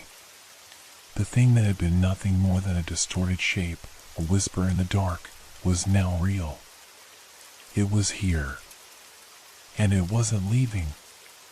"Leave," it whispered once again, but this time the word was different. It wasn't a plea. It wasn't a command. It was a promise. And I realized then, with a sudden, awful clarity, that if I didn't leave, it would never let me go. I tried to scream, but my throat was dry. No sound escaped, just a breathless, desperate gasp that was swallowed up by the growing silence. The presence behind me was heavy, like a weight pressing against my spine. I could feel its attention on me. It wasn't the type of fear I'd ever experienced. It wasn't just fear of something that could hurt me. No, it was fear of being in the same space, of existing alongside something that should not be. Every instinct in my body screamed for me to run, to turn, to escape whatever had become of this place. But the moment I tried to move, my limbs betrayed me. I was rooted to the spot, unable to flee. My legs trembled violently, but I couldn't make myself turn around. I couldn't face it. The air around me grew colder, heavier, and with every shallow breath, the silence deepened. It wasn't just a figure anymore. It was everything. The air felt thicker, like walking through molasses. The walls that once felt comforting now seemed suffocating, closing in on me. The light above flickered, casting eerie shadows across the walls, shadows that didn't match anything real, shadows that moved in ways that shouldn't have been possible. My reflection in the mirror, no, not my reflection, I didn't know what it was warped, distorted, as though the very fabric of reality was unraveling around me. I wanted to turn. I wanted to confront whatever stood behind me, but the pressure of its gaze was too much. It was like a vice around my chest, making it hard to breathe, hard to think. My mind raced, but all my thoughts were fragmented, spinning in circles. Was I losing my mind? Was this a dream? Leave. The voice again. But now it wasn't just a whisper. It was closer, as though it was in my ear, breathing in sync with me, its words curling around my skull like tendrils of smoke. I could feel the vibrations of its voice in my bones. I had to leave. The thought hit me like a slap, and for a moment it felt like my body might finally obey. But before I could move, the room seemed to shrink. The walls seemed to close in tighter, and the ceiling appeared lower. It was as though the space itself was alive, shifting and twisting, threatening to crush me in its grip. I gasped again, my chest tightening. I could hear the pulse in my ears, louder now, mixing with the rhythmic thumping of my heart. I needed to get out. I wanted to scream for help, to shout. But who would hear me? The place was empty. Alone. I was trapped in the dark with something that wasn't real, yet somehow felt more real than anything I had ever known. I closed my eyes for a moment, hoping that when I opened them again, the figure would be gone, that everything would return to normal. But when I opened them, the hallway in front of me wasn't the same. The light had shifted, gone from a soft yellow glow to a sickly pale hue, casting long, unnerving shadows that seemed to stretch, reach out toward me. And those shadows, they weren't just shadows. They were moving. They were alive, slithering across the floor, creeping toward me as if they had a mind of their own. I couldn't think. My breath was coming in ragged gasps, and the longer I stood there, the more suffocating the air became. Every step I tried to take felt like wading through thick mud. The very ground beneath my feet felt unstable, as though it might give way at any moment. And then I heard it. A sound, faint at first, but growing steadily louder. It was a scraping noise, slow and deliberate, like claws against wood. But it wasn't coming from the figure anymore. It was coming from all around me, from within the walls themselves. A deep, unsettling creaking, like the bones of the house were protesting, groaning under the weight of whatever force was gathering inside. It was then that I noticed the shadows on the walls weren't the only thing that was moving. The corners of the room were shifting, morphing, curling in on themselves, as if the very fabric of the space was warping, bending to an unnatural will. The floorboards cracked beneath my feet, sending splinters up toward my ankles, but I couldn't move. The shadow behind me had finally closed the distance. It was there, inches from my skin, but still, I couldn't face it. I couldn't turn. The voice came again, this time different, more insistent, more compelling. It wasn't just a whisper now. It was a command, a cold and unstoppable pull that dragged at the very core of me. "You must leave," it intoned, its voice echoing, reverberating around me, as if it was everywhere and nowhere at the same time. "Now." I opened my mouth to reply, to beg, to scream, but nothing came out. My mouth was dry, my throat constricted, as though the air itself had thickened into a substance I couldn't breathe through. But then, for just a split second, the darkness paused. The oppressive weight of the presence that had been pressing down on me lifted, if only slightly. It was like a breath being held, and then released, just enough to allow a flicker of light back into the room. The light overhead, faint and unstable, began to flicker once more, but now it wasn't just the light, it was the sound, too. The scratching, the creaking, the whispering, it all mixed together, building into an unbearable crescendo. It was as though the house itself was coming apart, breaking free of its own constraints. "Leave." The voice was louder now, more insistent, more commanding, as though it was no longer a plea, but a warning. A final warning. I wasn't sure if I had the strength to leave. My legs were numb, my body a trembling wreck of fear, but somehow, some instinct, survival, maybe, pushed me forward. Slowly, agonizingly, I turned, feeling the shadow following me like a predator, just a breath behind me, always there, always watching. With every step I took toward the door, I could feel the house protesting. The walls seemed to close in tighter, the floor more unstable, as though the building itself was trying to hold me there. But I didn't stop. I couldn't. I had to leave. I had to escape this nightmare. I reached for the door handle. My fingers brushed against it, and then it was gone. The hallway stretched out in front of me, the door no longer visible. The walls were gone. The darkness had swallowed it all.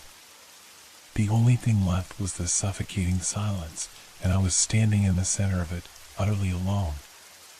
The silence swallowed me whole. I couldn't hear anything, not the creaking of the house, not the pounding of my own heart. There was only the weight of the darkness pressing against my skin. I felt as though I had stepped into another dimension, one that didn't abide by the rules of the world I knew.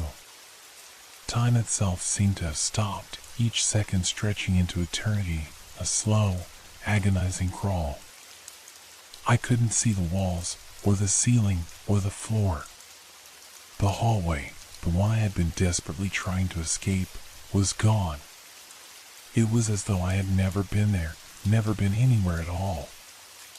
All that remained was an all-consuming blackness that seemed to wrap itself around me, cocooning me in its cold embrace. I tried to call out, but my voice was lost in the void.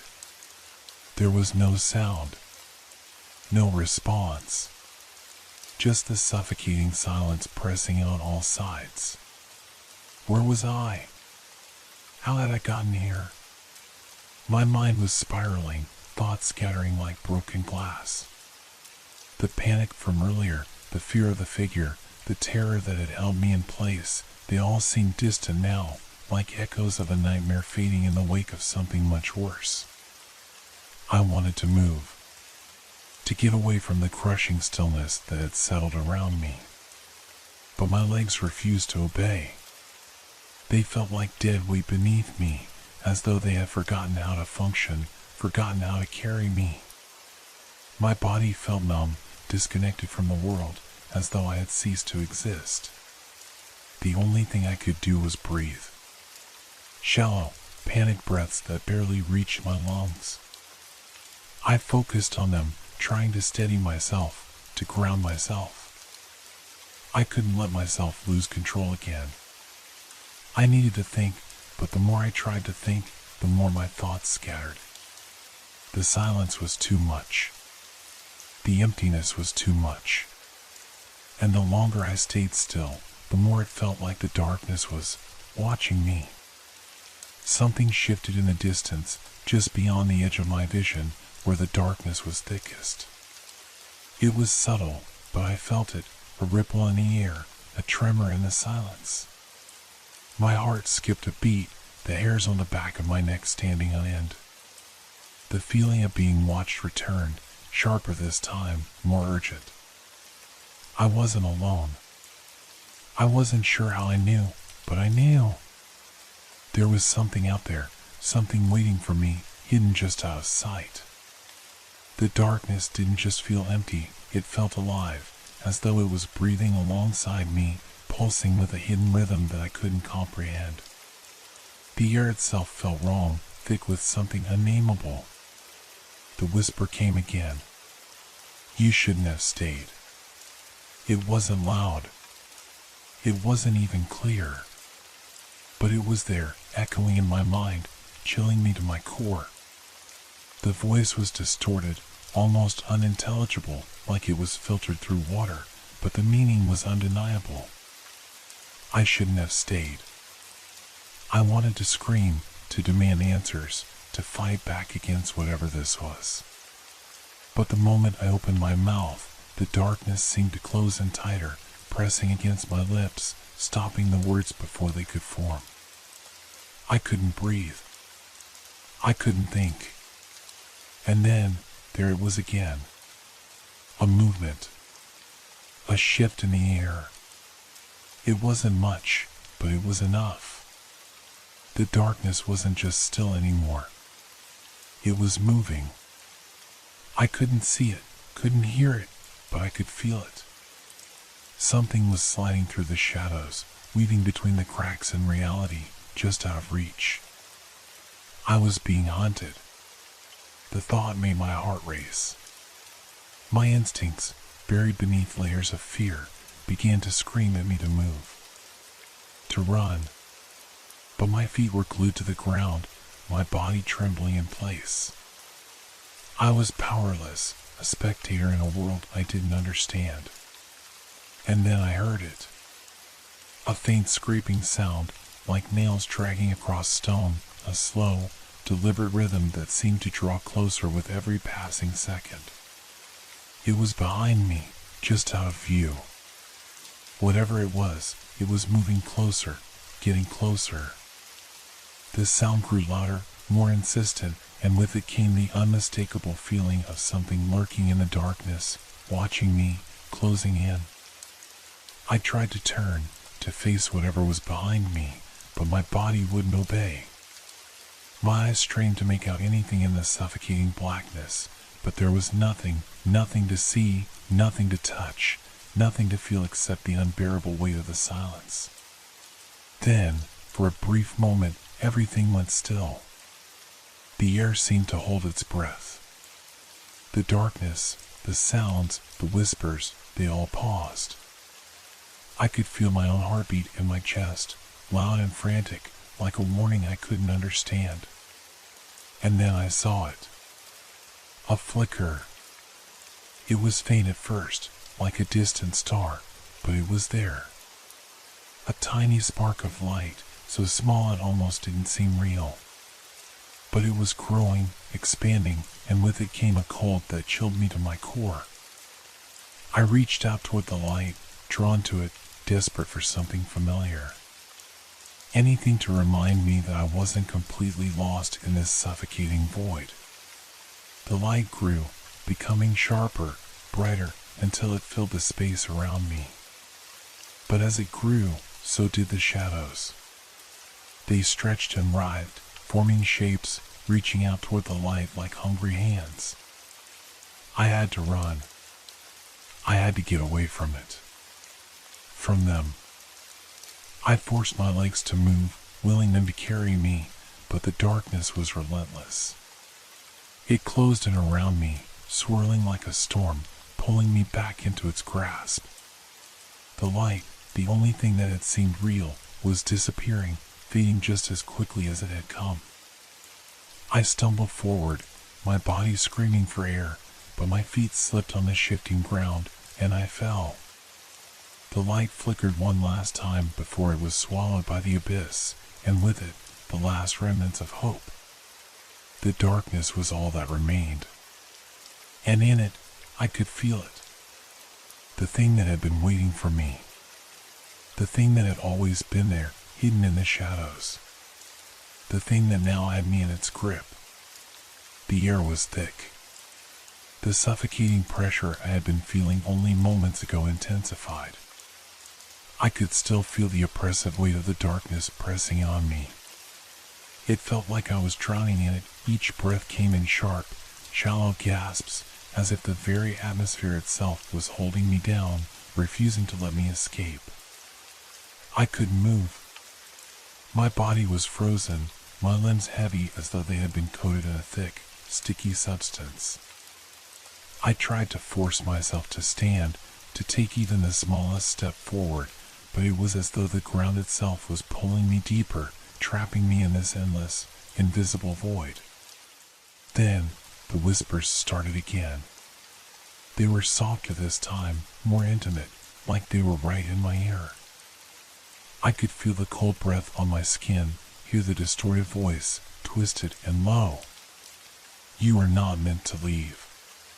The voice was familiar, but twisted, somehow wrong. The words scraped against my mind like claws on glass. I couldn't tell where the sound was coming from. Around me? Inside my head? The line between reality and nightmare had blurred so completely, I no longer knew what was real. I squeezed my eyes shut, praying that when I opened them again, the darkness would be gone. That I would be back in the familiar, comforting quiet of my home. But when I opened my eyes, I was still there, trapped in the cold, empty void. The sound of scraping grew louder, the nails on stone. The movement that had been just behind me now felt close. It was as if something was circling me, just out of my sight, a predator closing in on its prey. My heart pounded, each beat like a hammer against my chest, my pulse racing out of control. And then, I saw it. A shadow.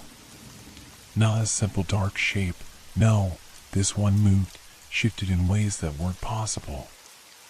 It was alive, a writhing mass that flickered in and out of existence as if it were only half real.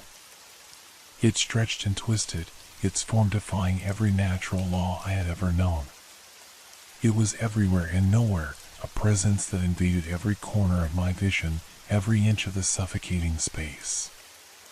The shadows reached for me, slowly, deliberately.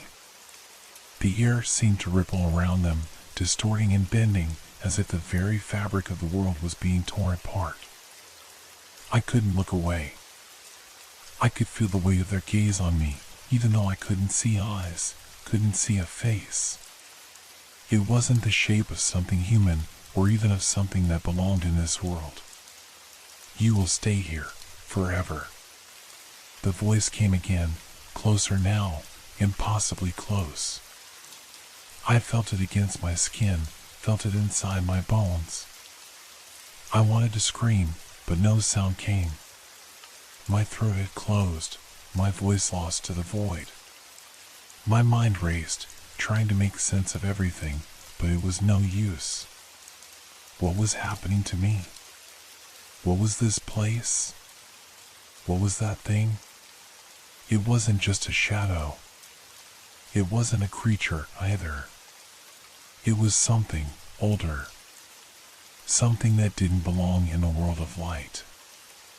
I remembered the flicker of the light, the only thing that had made sense, even for a moment. But now, it was gone. The darkness had swallowed it whole, and I had been left in this cold, claustrophobic void, trapped in a nightmare I couldn't wake from. Suddenly, the shadow lunged. No sound. No warning. Just the sudden, horrific presence of it as it reached toward me, its form stretching and distorting into something grotesque and monstrous. I couldn't move. I couldn't breathe. The darkness wrapped itself around me, an invisible force that kept me frozen in place, powerless to escape. I felt it coming closer. It was so close now that I could almost feel its presence like a tangible thing, pressing against me, suffocating me. The cold was unbearable. The air had become thick with the smell of rot, of decay. You will be one with us. The voice, now more than one, whispered in unison, a cacophony of distorted, hollow echoes that rattled through my skull. The shadows were all around me, clawing at me, pulling me into their depths. The walls of this place, the walls of nothing, pressed against me like they were closing in, shrinking the space until there was nowhere to hide, nowhere to run. I felt myself slipping. My mind faltered as the edges of consciousness blurred. This wasn't real. It couldn't be real. There had to be something, anything, to make it stop. But the darkness had consumed everything. The cold, the whispers, the scratching, they were me now. I tried to scream, but it was no use. I was sinking deeper, the weight of the emptiness crushing me. The shadows were crawling beneath my skin now, coiling around my limbs, pulling me in. The last thing I felt was the overwhelming, suffocating pressure of the nothingness, the absence as it swallowed me whole.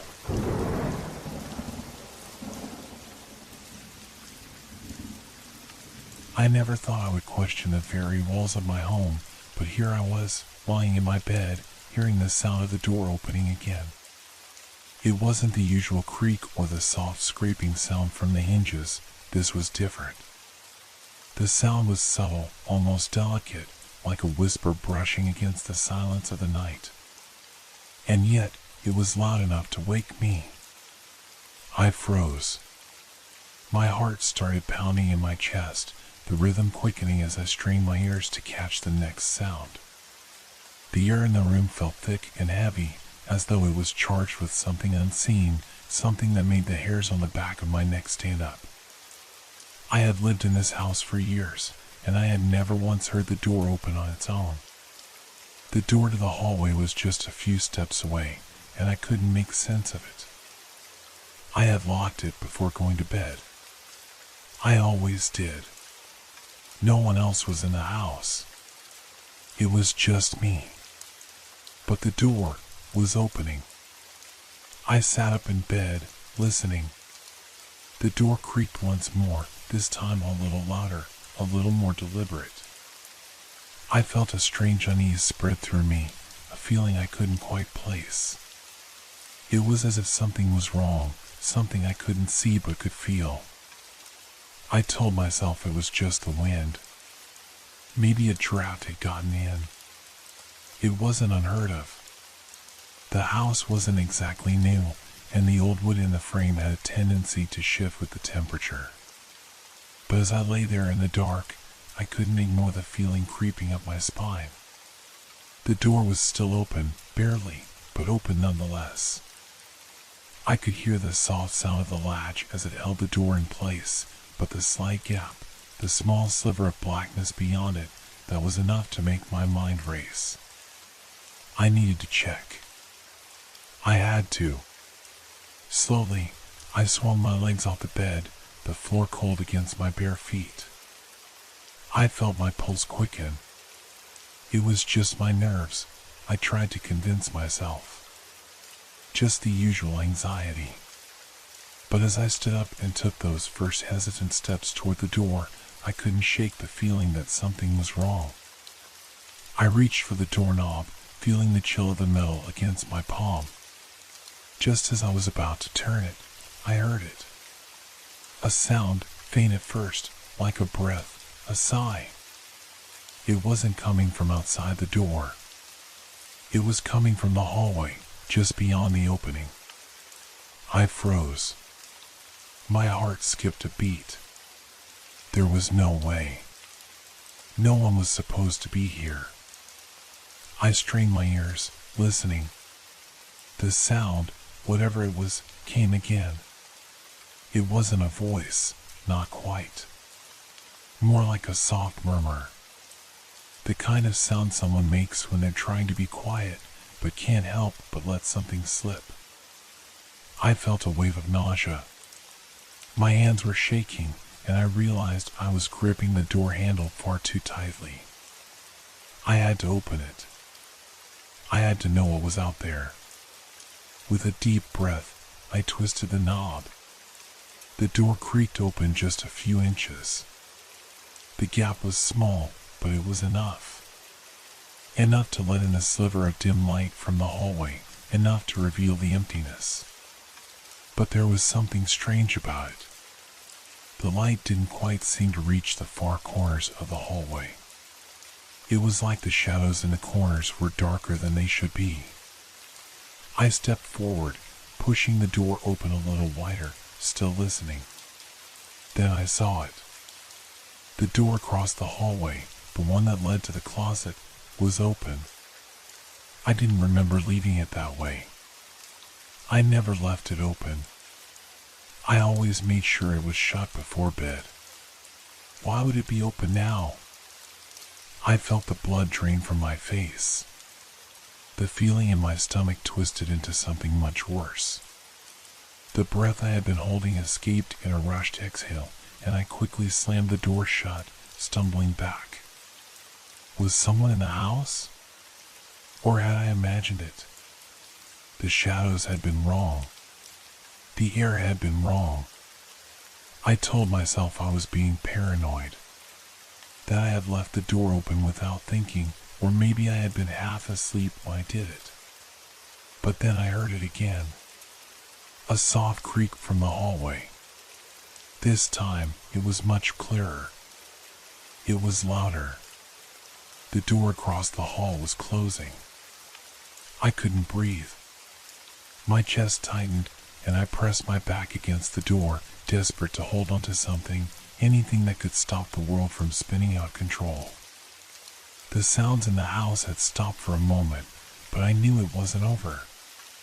It never was. The door across the hallway. I couldn't shake the image from my mind. I had seen it. I knew it had been open. But now it was closing. Slowly, unnaturally. My thoughts spun in frantic circles. Was I imagining things? Had I finally lost my mind? I had been under a lot of stress lately. Work, personal life, everything had been a whirlwind. Maybe this was just exhaustion. Maybe I was overtired, overworked. It had been weeks since I had a decent night's sleep. But that sound, that creak, the soft, deliberate closing of the door, it was real. It couldn't have been my imagination. My body, paralyzed with fear, refused to let me move. The stillness of the house pressed in on me, suffocating. I could feel the air shift, like something was waiting, watching. Every sound in the house felt amplified, every shadow seemed to grow longer. I stepped away from the door, my feet dragging, and approached the hallway with extreme caution. My mind raced with possibilities. What if there was someone in the house? What if someone had slipped in while I wasn't looking, waiting for the perfect moment? But why hadn't I heard any footsteps? There should have been sounds, thumps, shuffling, the sound of someone breathing. Yet the house had been eerily quiet. I reached for the light switch, and as my fingers brushed against the cold plastic, I hesitated. My body was screaming at me to run, to leave the house and never look back. But my feet wouldn't move. I flicked the switch. The hallway was bathed in harsh, artificial light, casting long shadows on the walls. The door to the closet was still partially open. The dim light flickered for a second and then stabilized, but the space beyond the door felt wrong. The shadows seemed to twist unnaturally. I looked over my shoulder. My bedroom door was firmly closed, but I could have sworn I heard a sound, something from the corner of the room. A soft rustling, like fabric brushing against itself. I turned sharply, but nothing was there. I had to check. I didn't want to, but I had to. The hallway stretched before me, its walls lined with the same old framed pictures I'd seen 1,000 times. But tonight, the familiar seemed off. The air felt thicker, and my steps seemed to echo louder than they should. The door to the closet loomed ahead, still slightly ajar. The creak of the hinges seemed to echo in my mind, repeating over and over. I stood there for what felt like an eternity. The quiet was unbearable. Then, I heard it again. A faint shuffle. It came from behind me. A light scrape, like something dragging across the floor. My heart skipped a beat. I whipped around, my breath caught in my throat. There was no one there. I felt a shiver run down my spine. Something wasn't right. The fear that had been creeping in earlier was now like a steady pulse in my veins. I wanted to scream, to run, but I was rooted to the spot. I couldn't let it go. I had to know what was happening. I approached the closet door. The silence was deafening now, so thick I could almost taste it.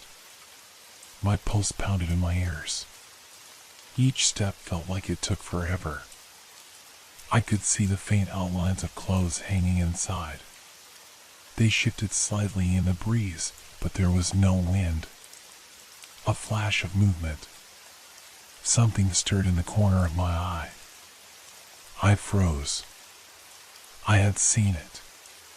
Just for a split second. Something shifted in the darkness of the closet. It wasn't a person, it couldn't have been, but it was something. My breath caught in my throat, and I reached for the door handle, my fingers trembling uncontrollably. I pulled it open slowly, painfully. The closet was empty, but the feeling of wrongness remained. I couldn't shake it.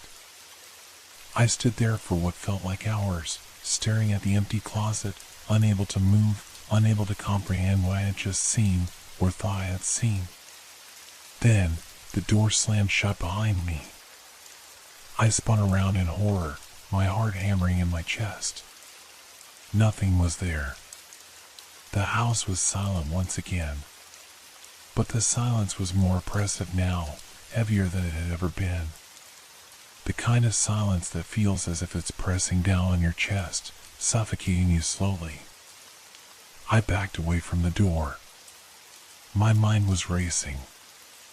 I had to leave. I had to get out of here. But I couldn't.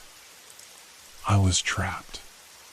This house, my home, had become a maze of shadows and whispers. I couldn't trust my own senses anymore. I turned to look down the hallway, and that's when I saw it.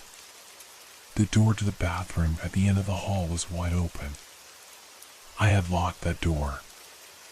I always did. I never left it open. But it was open now, and I could see something in the darkness beyond. Something I didn't want to see. My pulse quickened as I stared at the open bathroom door, the darkness within it seeming to stretch endlessly. The hallway light flickered once, twice, before settling into a steady hum that felt somehow louder now, more invasive. The shadows in the bathroom seemed to ripple, as though something, or someone, was hiding just beyond the threshold, waiting. I swallowed hard, my mouth dry, and took a step back. The coldness that had seeped into the air was almost unbearable now, like a layer of ice coating my skin. I could feel it crawling up my spine, but I couldn't tear my eyes away from the door. What was I supposed to do? My mind was a whirlpool of conflicting thoughts. The rational part of me screamed that I was imagining things. I'd been under too much stress, hadn't I? The sleepless nights, the work pressure, it was all getting to me. But another part of me, the part that was growing steadily more fearful with every passing second, knew better. I was no longer alone in this house.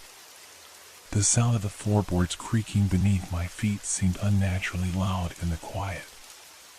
I took another step back, but my body refused to move further. I was trapped, caught between the terror that gripped me and the overwhelming need to know what lay beyond that open door. A soft whisper tickled the back of my mind, but it wasn't a thought. It was a voice, barely audible, but unmistakable. "Come closer." I recoiled at the sound, but it wasn't enough to break the spell. I was frozen in place, unable to move, unable to look away. My feet felt as though they were glued to the floor, each step towards the door a battle against an invisible force that seemed to be pulling me in. The air in the hallway seemed to thicken, pushing in from all sides. The hum of the light above me became a constant, low drone, like a heartbeat that wasn't my own. I turned my head to the side, desperately trying to break free from the pull of the bathroom door, but it was no use. I needed to leave. I needed to run. But the moment I tried to move away, the whisper came again, clearer this time. "Don't go." I stopped dead in my tracks, the hairs on the back of my neck standing on end. There it was again, only this time it was louder, more insistent, as if the house itself was speaking to me. Or worse, something inside it was speaking to me. My breath hitched. I glanced at the bathroom door, my heart thundering in my chest. The darkness inside seemed to beckon me, promising secrets, promises of things I didn't want to know. But my body, like a puppet on a string, moved forward against my will. I reached the door. The silence was unbearable now, thick and suffocating. I couldn't bring myself to step inside, but I couldn't leave either. My hand hovered in front of me, trembling. It was as if the door itself was alive, waiting for me to open it, to let whatever was inside spill out into the world.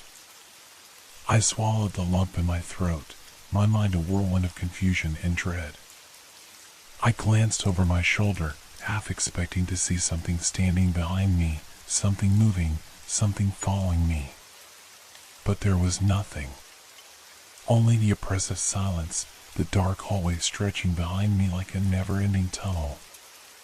I turned back to the bathroom door. It was then that I heard it. A faint sound, barely perceptible at first, but growing louder with each passing second. It was like the sound of something being dragged across the floor, slow and deliberate. The hairs on my arms stood on end, and a chill ran through my body as the sound grew nearer. I had to look. I had to see. With a trembling hand, I pushed the door open, the hinges creaking in protest, the darkness beyond seeming to pull at me. I stepped inside. The room was empty. Empty, but wrong. The air felt heavier here, thicker. The darkness was no longer just darkness, it felt alive, as if it was pulsating, breathing. My eyes darted around the room, searching for anything that could explain the sounds, the sensations, the overwhelming feeling of being watched. I took a step forward, the floor cold beneath my feet. My breath fogged in the air, thick and damp. Then, I saw it. A shadow, small at first, almost imperceptible in the corner of the room. It wasn't a figure. It wasn't a person. It was something else. It slithered across the wall like liquid darkness, taking shape before my very eyes. I stumbled backward, my heart racing, my mind screaming at me to run, to get out, but my feet remained rooted to the floor, my body unwilling to obey. The shadow twisted, elongated, until it resembled something almost human. Almost. It was too tall, too thin, its features indistinct, shifting in the darkness like it didn't belong to this world at all. I tried to scream, but no sound came out. It moved closer. The air grew colder still, freezing my breath in the air. My legs shook, my knees giving up beneath me, but I couldn't move, couldn't escape. The shadow was in front of me now, so close I could feel the cold emanating from it, a cold that burned like ice against my skin. And then it spoke. A whisper, barely audible. "Welcome." The moment the word escaped the shadow's lips, a jolt of fear coursed through me, sharp and immediate, like a lightning strike to my chest. I gasped for air, my breath ragged and shallow, but the coldness in the room swallowed it whole. I could feel the presence of the thing in front of me, not just in the physical sense, but as a weight pressing against my very soul. Its form continued to shift, blurring and distorting, as though reality itself was reluctant to keep it anchored to this world. Who are you?" The words stumbled from my mouth, barely above a whisper. I didn't know if I expected an answer. I didn't even know if I wanted one. But it answered anyway. "I am what you were not meant to see," it said, its voice now clearer, more defined, and somehow colder. It was almost melodic, the way it spoke, like a song sung just out of reach of comprehension. "You've opened the door, and now there's no turning back." I backed up, my legs trembling beneath me, but I didn't move fast enough. The shadow, or whatever it was already there, gliding across the room with an unnatural, fluid grace. It wasn't just a shadow anymore, it was a presence, one that bled into the very walls, becoming part of the space around me. Its cold seemed to expand outward, encroaching on my thoughts, freezing the edges of my mind. "Why are you doing this?" I finally managed to ask, my voice cracking with panic. It was then that I noticed something strange. The room, no, the house, seemed to be changing around me. The walls were warping, the ceiling stretching upward in a grotesque, unnatural way. The floor beneath me shifted, buckling as if the very foundation of the house was groaning in protest, preparing to collapse under some unseen weight. The shadow didn't respond to my question directly. Instead, it seemed to observe me, taking in my terror like some kind of feast. Its form flickered again, each movement unsettling, as if it wasn't bound to the same rules as anything else in this world. The thing didn't seem to exist in space the way I understood it. There was no sense of up or down, of front or back. It simply was. "You've always felt it, haven't you?"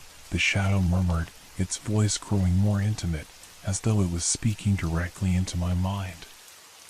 "That gnawing feeling that something is wrong, that you are being watched, that you are never truly alone." I froze, my skin crawling as I realized the truth in its words. This wasn't just a random occurrence. This had been happening for a while, hadn't it? The whispers, the strange noises, the way I always felt like someone, or something, was lurking just beyond my awareness, waiting for the right moment to make its presence known. "How do you know?" I whispered, unable to stop myself. The shadow gave a sound that could only be described as a laugh. Low, hollow, and filled with a sense of ancient amusement. "Because I've been with you, every step of the way. Every moment you felt watched. Every creak in the floorboards that made you look over your shoulder. It's me, always me." My heart raced, and I took another step back, my hand reaching out for the door behind me, but I didn't dare turn around. I couldn't tear my eyes away from it. I needed to escape, needed to run, but I knew deep down that it was already too late. "What do you want from me?"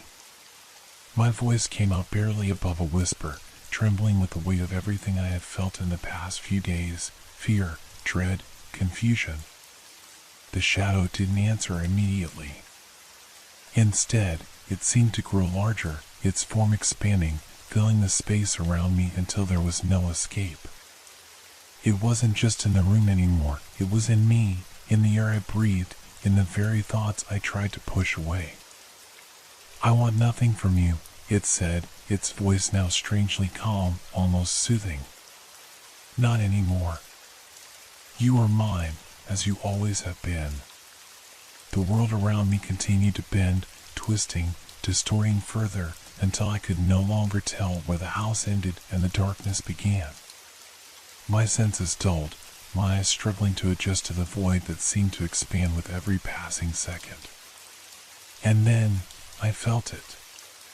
A hand, cold, impossibly cold, wrapped around my wrist, pulling me back, dragging me into the shadow. My body screamed in protest, my instincts fighting against the icy grip that held me. I tried to scream, but no sound emerged. It was as though my voice had been stolen from me, consumed by the very air around me. The shadow whispered again, this time not in my ears, but inside my mind, echoing in my very thoughts. "It's only just begun."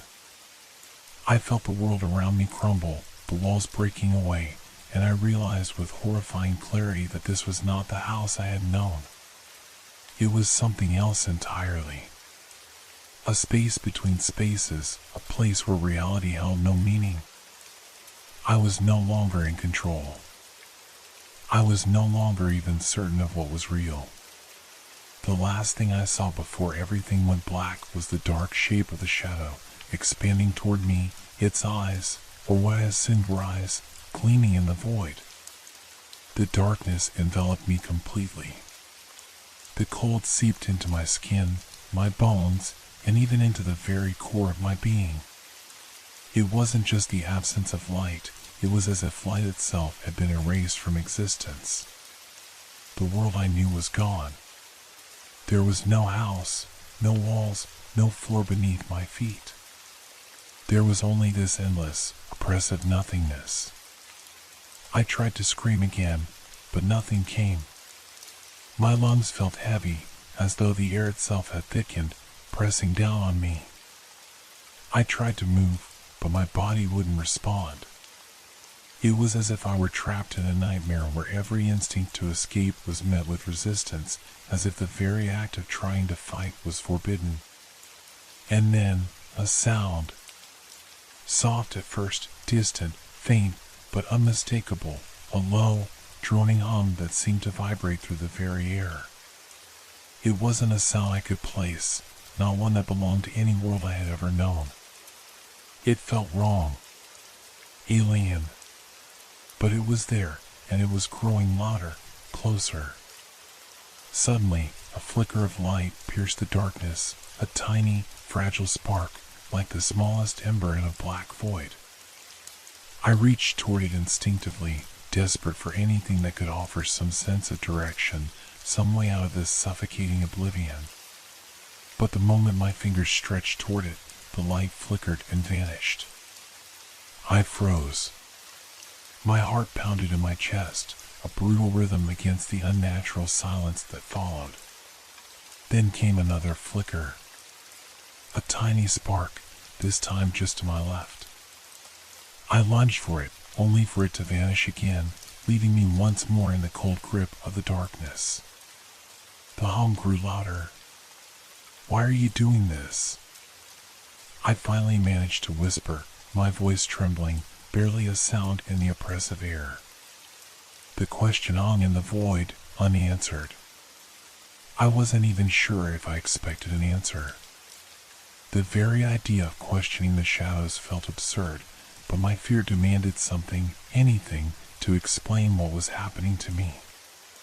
And then, a whisper, barely audible, but unmistakably close. The same voice, colder now, more intimate. "You don't understand. Do you? It asked.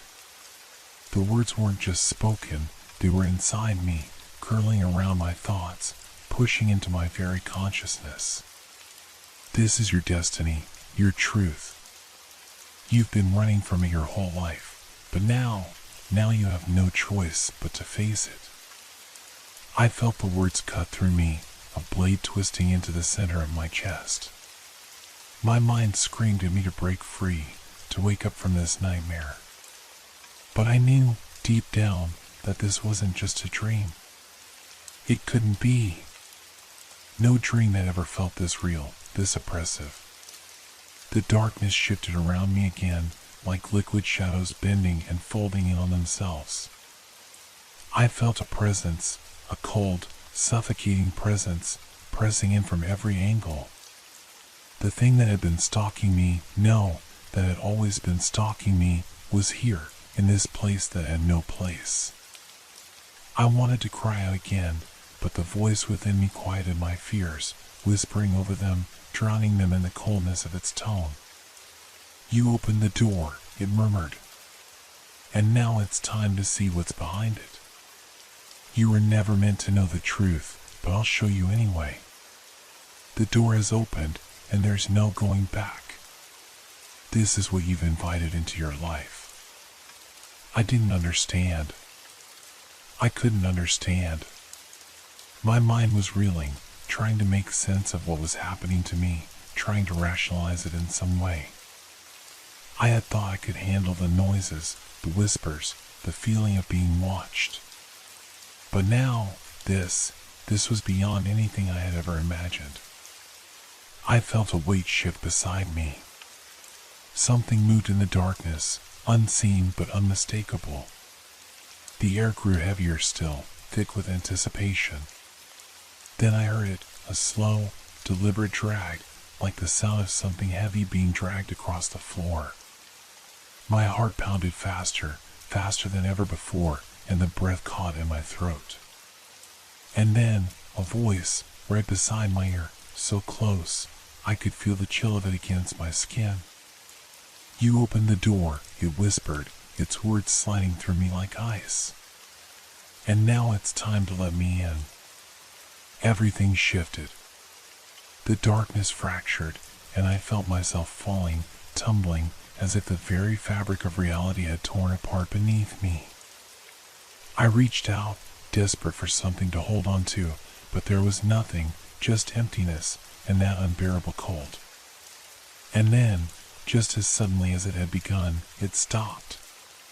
The air grew still, silent.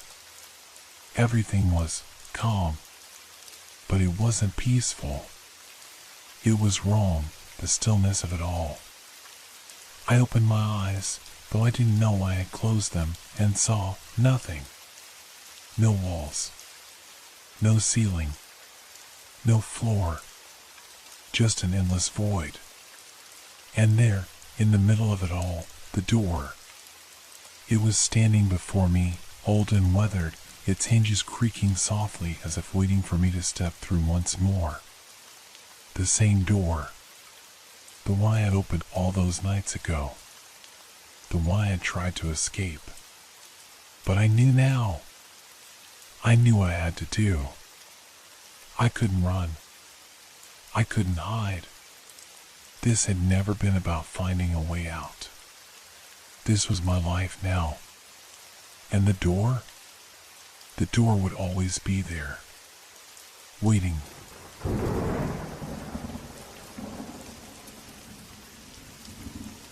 Why had I never opened it before?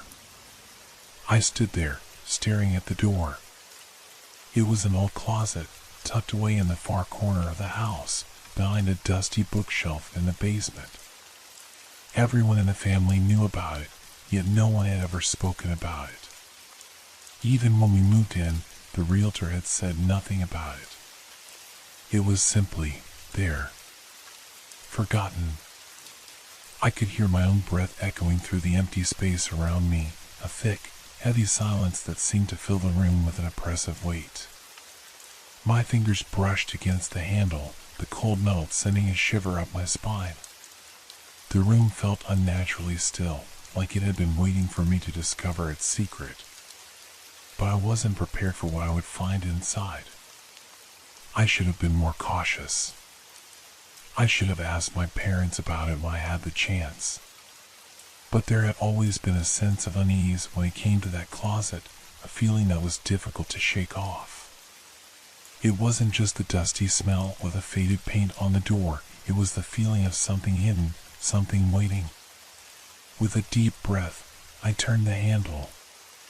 It creaked in protest, but the door gave way, revealing the dim space beyond.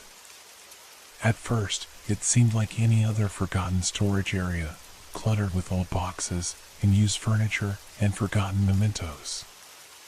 Yet, something about the way the items were arranged seemed wrong. They didn't belong together. There was a feeling of deliberate disarray, as if someone or something had left them that way. My eyes darted over the room, lingering on a large, moth-eaten coat draped over an old wooden chair. There was a strange energy in the air, almost electric, as if the room itself were holding its breath. As my gaze swept the rest of the space, something caught my attention, a small, leather-bound book tucked carefully beneath the chair. I felt an overwhelming compulsion to reach for it. As I picked it up, a chill ran through my fingers. The leather was cold to the touch, the pages yellowed and fragile, as though the book had been there for decades. My heart beat faster, a pulse of anxiety running through me. What was this? What was this doing in our house? The moment I opened the cover, I knew something was wrong. The first page was blank, but as I turned the next page, I saw something written in a messy, hurried hand. Do not look for the closet. Do not open the door. It's not for you. The words seemed to blur before my eyes, as if they were written in something other than ink, something darker, something older. My fingers trembled as I turned the next page, my thoughts racing. Who wrote this? Why had they warned me? Suddenly, I heard it, a sound that froze me in place. A soft, scraping noise, like something heavy being dragged across the floor. I held my breath, straining to listen. The house was quiet, too quiet. The sound wasn't coming from the closet. It was coming from behind me. I turned quickly, my heart leaping in my chest. The basement, the once familiar place, now seemed alien, threatening. The light flickered once, then again, casting long, unnatural shadows across the walls. My hands clenched the book tighter, a futile attempt to steady my nerves. Something was wrong. I could feel it. The room had changed, or maybe I had. The door to the closet, which I had just opened, now seemed to pulse with an energy of its own. I tried to step back, but my feet wouldn't move. It was as if the very space around me had begun to close in. The air felt thick, suffocating, as if it were alive, watching me. I swallowed hard, my pulse pounding in my throat. What have I done? Another sound. Closer now. It was like the faint sound of breathing, or perhaps it was the wind, but I knew it wasn't the wind. The hairs on the back of my neck stood on end, and I couldn't bring myself to move any closer to the closet. I could feel its presence, like something watching me from within the shadows. A shadow. There was something inside the closet, a figure that I couldn't quite make out. It seemed to shift, like a dark blur in the corner of my vision. I blinked hard, trying to focus, but it was gone. Just like that. My breath was shallow, and I could feel the book starting to slip from my fingers, but I couldn't let go. I had to know what was inside this closet. I had to understand what I was feeling, what I was seeing. But as I stared at the closet, I couldn't shake the feeling that something else had been in there long before me. Something that had left its mark. something that had been waiting. I closed my eyes for a moment, trying to steady my racing thoughts. When I opened them again, the closet door was no longer ajar. It had closed on its own, slowly, deliberately. And in that instant, the quiet of the room was shattered. A voice, low and rasping, came from the dark. "You should have never opened it." I froze. The voice echoed in my ears, vibrating in the very air around me. My heart pounded loudly, so much so that I could hear it in my throat. My eyes were fixed on the closet door, but I couldn't bring myself to look away from it. I didn't want to. It was as if something inside me knew I shouldn't look. But I couldn't help it. I had to see. I had to understand what was happening. The air was thick, every breath I took feeling heavier than the last. The light flickered again, casting odd shadows on the walls. The room seemed alive, pulsing with a life of its own. The temperature had dropped significantly, and I could feel the cold biting at my skin. The voice, though faint, still echoed in my mind. "You should have never opened it." My fingers still clutched the book tightly, my knuckles turning white from the pressure. I didn't even realize how tightly I was holding it until the pain started to throb in my hand. The words on the page flashed before my eyes again. "Do not look for the closet. Do not open the door. It's not for you." I could feel something dark creeping in, seeping through the cracks of my consciousness. It was like the house itself was alive, whispering to me, pulling me into its grasp. I had to get out of here. My instincts screamed at me to leave, to run upstairs, away from this place, but my body was frozen. I couldn't move. My feet were rooted to the spot, my legs refusing to obey. Every part of me wanted to flee, yet the fear kept me paralyzed. What was happening to me? The voice sounded again, this time more distinct. It was low, almost a growl, and it seemed to reverberate from the very walls themselves. "You can never leave once you've opened it." I gasped, the words cutting through me like a knife.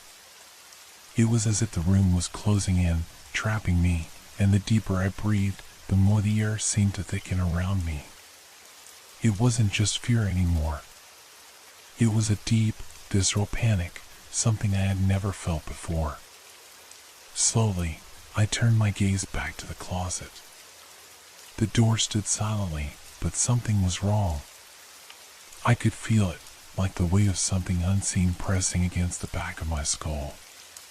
My breath quickened as my eyes adjusted to the dark. The shape inside was no longer a shadow. It was something more. Something that couldn't be ignored. It was almost as if the closet had become a living thing, a dark, yawning mouth waiting to swallow everything whole. Was I losing my mind? My thoughts raced. There was no way this could be real. It had to be the stress. It had to be my imagination. But there was a gnawing certainty in my chest, an unsettling truth that I couldn't shake. The voice was real, wasn't it? The air felt different, more oppressive. It wasn't in my head. I took a step back, then another. My body felt heavy, like I was wading through water. I was suffocating. My breath came in short bursts, sharp and ragged, but no matter how hard I tried to move, I felt as if I were anchored to the spot. I have to leave, I thought. I need to go upstairs. I need to get out of this house. But the door to the closet was calling to me. I knew it. I couldn't explain why, but the pull was there. It was stronger than my fear, louder than my panic. It was like a magnet, pulling me toward it. Slowly, I raised my hand toward the door handle again, my pulse thudding in my ears. The room seemed to swirl around me as my fingers brushed against the cold metal. A crack of light seeped through the edge of the door, and I could feel something stirring behind it, something waiting to get out. The voice, once again, whispered from the darkness. "Open it. Let it in." The words sounded like a command, something I couldn't ignore. My breath caught in my throat. My hand shook as I gripped the handle, but before I could turn it, a sudden crash from upstairs shattered the silence. The noise was sharp and violent, followed by the unmistakable sound of footsteps. I jerked my hand back, my heart leaping in my chest. The sound of footsteps was growing louder, closer. Someone was upstairs. My mind raced. Was it my parents? But they never came down here, not since we'd moved in. The house had always felt empty, quiet, like it had been abandoned long before we arrived. I forced myself to move, stumbling backward, away from the closet. The footsteps continued, echoing through the floorboards above me. I wanted to scream, but no sound came out. The air was thick with an unbearable pressure, like a storm that had yet to break. I turned toward the stairs, my heart in my throat, and that's when I saw it. The coat. The moth-eaten coat that had been sitting abandoned on the chair. It was gone. The chair was empty. My skin crawled. The footsteps stopped. I stood frozen, my entire body tense with terror. The house had gone completely silent again, except for the sound of my own heart pounding in my chest. I had to leave. But something inside me refused to let go of the book. It was as if it was keeping me here, forcing me to confront whatever had been hiding in that closet all this time. I glanced at the closet door again. It was slightly ajar. Something inside the darkness stirred. I didn't know what to do. My mind was racing, every part of me screaming to run. Yet, despite my legs shaking beneath me, I stood there, glued to the floor, unable to move. The sound of my heartbeat seemed deafening now, drying out all else. That coat, it had been sitting there, untouched, for as long as I could remember. But now, it was gone. Just like the strange smell that had suddenly appeared in the house, like damp earth and rot. I could feel the weight of something pressing against me, something that wanted to drag me back into the dark abyss of the closet. I could feel it tugging at my very soul.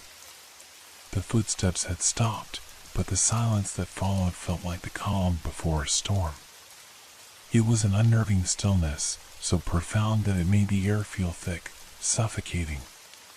Something was wrong, and it was so much worse than just a house creaking or the wind rattling the windows. This wasn't the kind of fear that comes from being startled. This was the kind of fear that burrowed deep into your bones and refused to leave. I wanted to scream. I wanted to call out, to make sense of what was happening. But every part of me knew that would be pointless. I had already crossed the line. That book, the forgotten closet, whatever this was, it had me now. The light flickered again, momentarily casting shadows that twisted and warped like the edges of a nightmare. My eyes instinctively darted back to the closet, the door slightly ajar, beckoning me. The darkness inside seemed to pulse, as if something was waiting, watching. I was no longer sure if I was imagining it, or if there was something truly inside. I swallowed hard, the lump in my throat almost unbearable. I had to know. I had to know what was behind that door. My legs felt like they were made of stone as I took a step forward. Then another. Each step felt like an eternity, the house holding its breath, waiting for something. I didn't dare look away from the closet as I reached for the door handle again. It felt colder than before, like it was almost alive, breathing under my touch.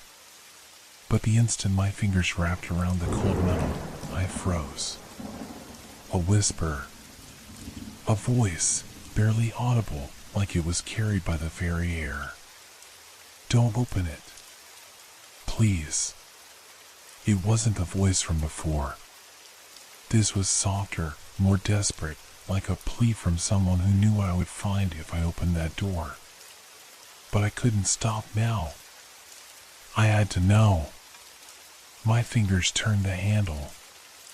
The door creaked open slowly, reluctantly, like it didn't want to be disturbed. My breath caught in my throat as the darkness inside seemed to deepen, pulling me in. I could hear something now, a faint rustling sound, like clothes moving. Or was it breathing? I stepped forward, slowly, cautiously, trying to make out what lay hidden in the shadows. The closet was deeper than it appeared from the outside. My hand trembled as I reached into the void, the air cold, unnaturally so. The rustling grew louder. I felt a presence, something shifting inside the dark. It wasn't human. A shape moved in the shadows. A figure. The outline of a person. I took a sharp breath, my stomach lurching. I could see it now. It wasn't a person, it was something else. A twisted, misshapen figure, its limbs too long, too thin, almost insect-like. It had no face, just darkness where eyes should have been, a black void staring back at me, consuming everything. I stumbled backward, my heart pounding in my chest as panic surged through me. My feet slipped, and I fell to the floor with a crash. The thing, it was still there. It hadn't moved, but its presence filled the entire room. I could hear it now, breathing, slow and shallow, like it was waiting for me to make the next move. I scrambled to my feet, my hands shaking as I tried to back away. The air was thick, almost suffocating. Then the voice came again, clearer this time, but distorted, like it was coming from deep within the thing in the closet. "Why did you open it?" My mind raced. I couldn't answer. I couldn't even think straight. I had to get away from it. But my body felt paralyzed, rooted to the floor by the intense, suffocating fear that gripped me. I glanced toward the stairs. The footsteps had returned, louder this time, marching across the wooden floor above me. There was someone upstairs. I wasn't alone. I had to leave. But the figure in the closet, the thing with no face, didn't move. It just watched me. The silence felt oppressive, and I could feel my lungs constricting, my chest tightening as if the very house was trying to suffocate me. The darkness seemed to spread, reaching toward me with a will of its own. The figure in the closet shifted, the rustling noise louder now. No. I couldn't do this. I couldn't stay here. With every ounce of strength I had left, I pushed myself off the floor and bolted toward the door. I slammed it shut behind me, my breath ragged and uneven. I didn't know where I was going, didn't care. I just had to get out of that room, out of that house. I was choking on the fear, my mind a whirlwind of panic and confusion. But as I ran, a cold laugh echoed through the hallway. It was a laugh that didn't belong to anyone I knew. It was the laugh of something ancient, something that had been waiting for me. And just before I reached the stairs, the voice came again, clear and unmistakable. "You can't escape. It's too late." I froze. The stairs loomed before me, and in the silence, I realized something terrifying. There was no escape. I couldn't breathe. I didn't know where to go, what to do. My legs were weak, and my mind was spinning, unable to process everything that had just happened. The darkness in the closet, the figure with no face, and the chilling laughter that still echoed in my ears like it was following me, haunting me.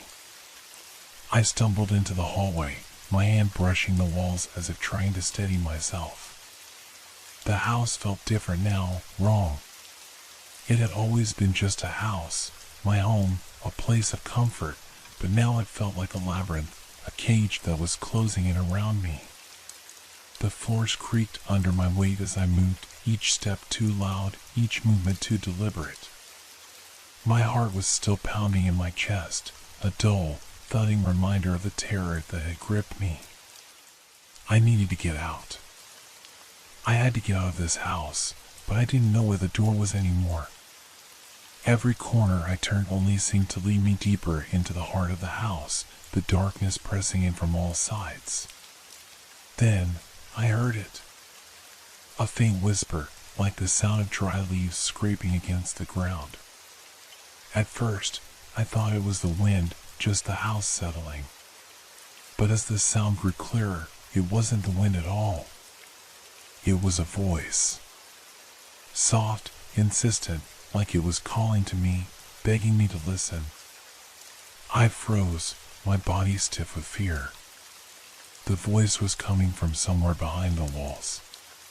The very walls that had always seemed so solid, so unyielding, now felt like they were closing in on me. Don't run, you can't leave. The words were so quiet, almost inaudible, but they were unmistakable. They were clear, and they were coming from inside the walls. I spun around, my eyes darting to the windows, the door, the closet, anything to make sense of what was happening. But there was nothing. Just the shadows and the overwhelming silence. The air felt heavier now, thick with something I couldn't explain, like the house itself was alive, watching me. The whisper came again, this time louder. Closer. You shouldn't have opened the closet. I wanted to scream. I wanted to shout, to run, to do anything to escape the feeling of being trapped. But my body refused to move. My feet were rooted to the floor, and my hands, trembling, pressed against the walls as if trying to make them stop moving, stop whispering. I couldn't think straight anymore. The house was alive. There was something here with me, something I didn't understand. Another voice joined in, a low, guttural sound, like a growl that vibrated through the walls.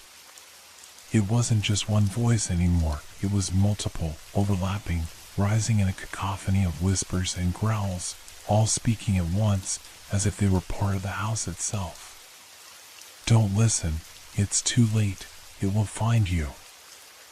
I stumbled backward, my breath ragged as I tried to make sense of the madness. I turned to the door, but the hallway stretched on and on, longer than it should have been. The walls seemed to shift, bending and twisting in ways that made my stomach churn. Nothing in the house made sense anymore. The rooms, the doors, even the stairs, they were all wrong. It was as if the house had never been what I thought it was. It had always been something else, something dark and ancient. Suddenly, a loud bang echoed from upstairs. My head snapped toward the sound, but there was no time to react. From the corner of my eye, I saw the door to the closet slowly creak open. It wasn't the same as before. This time, the darkness seemed to spill out of it, crawling across the floor like something alive. I could feel it, like a weight pressing down on my chest, suffocating me. The whispering grew louder, the voices melding together into a maddening chorus of words I couldn't understand. I couldn't focus on any one thing. It was all too much. You shouldn't have opened it. I turned and ran. I didn't care where I was going. The house was no longer a home. It was a trap, a prison that was closing in on me. I had to get out. But as I reached the stairs, I heard the sound again, the sound of footsteps, slow and deliberate, coming from above. not just footsteps. Heavy, dragging steps, as if something was dragging itself across the floor. I didn't stop. My legs burned as I sprinted up the stairs, the sound of my own breathing deafening in my ears. The house was shifting beneath my feet, the floors groaning and creaking with every step I took. But I didn't dare look back. I couldn't. At the top of the stairs, the hallway stretched out before me.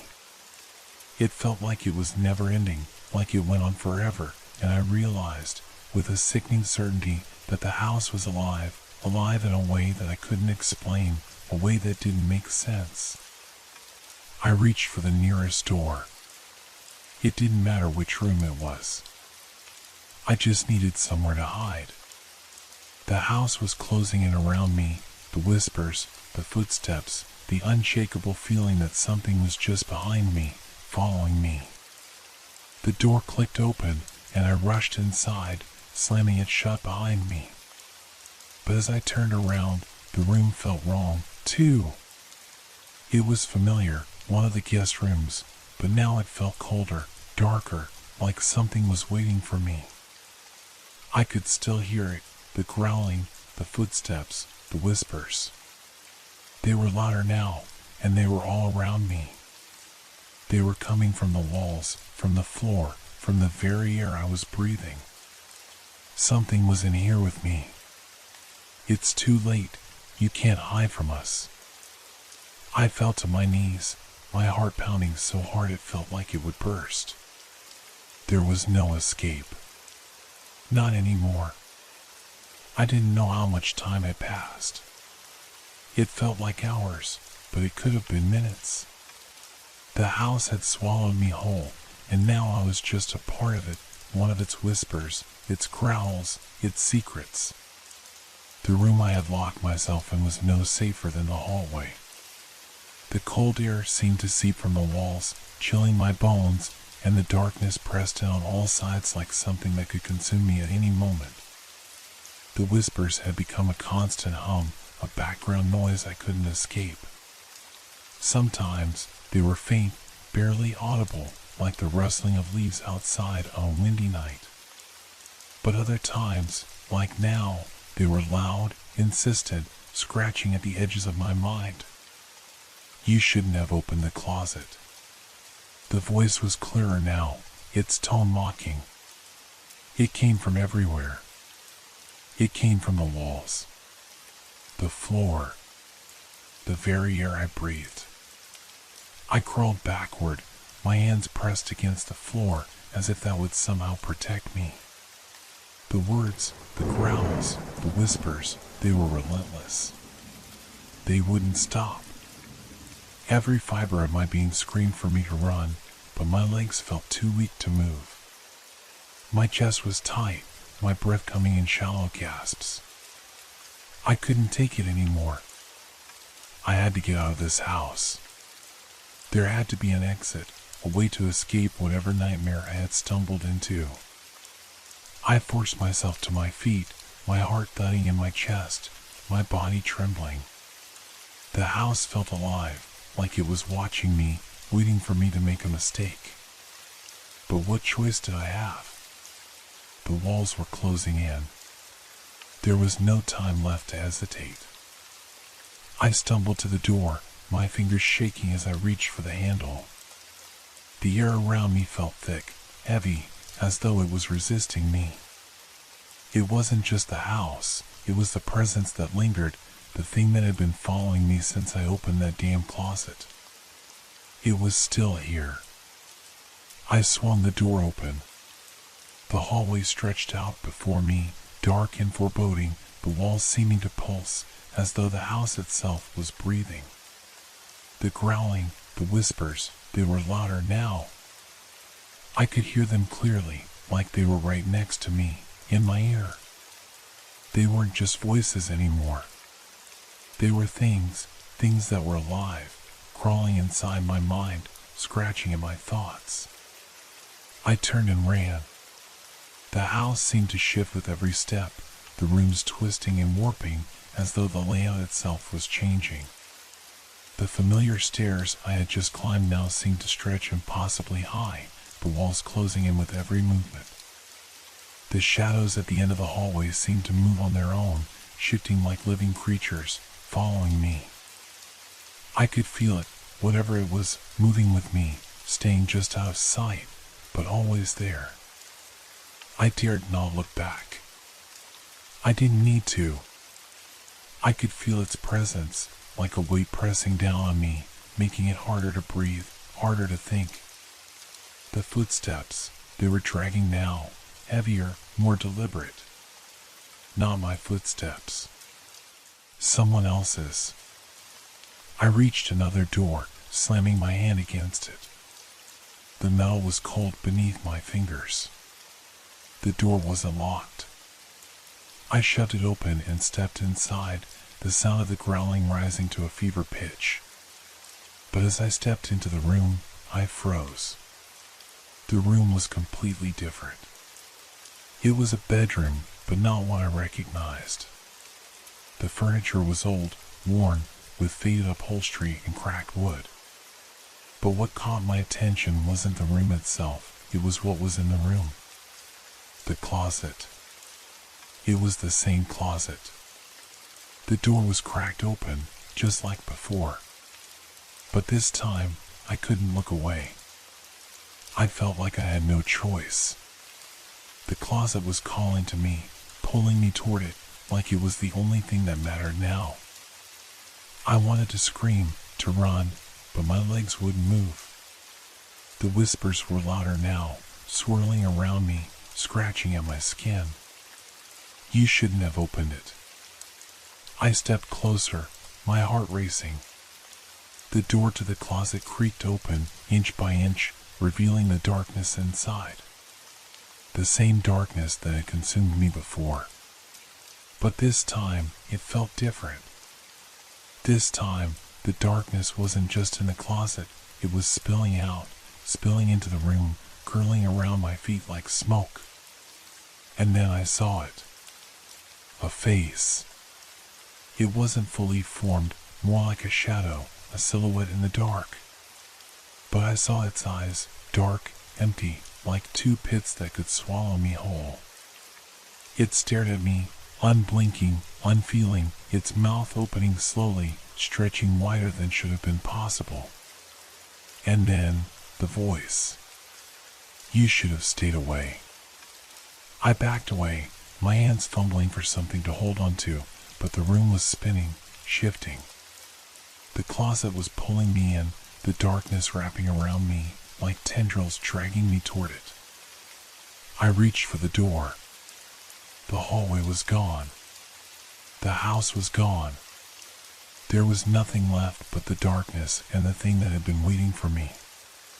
And then, in the silence, I heard a voice, clear, cold, and unmistakable. It's too late now. The door slammed shut.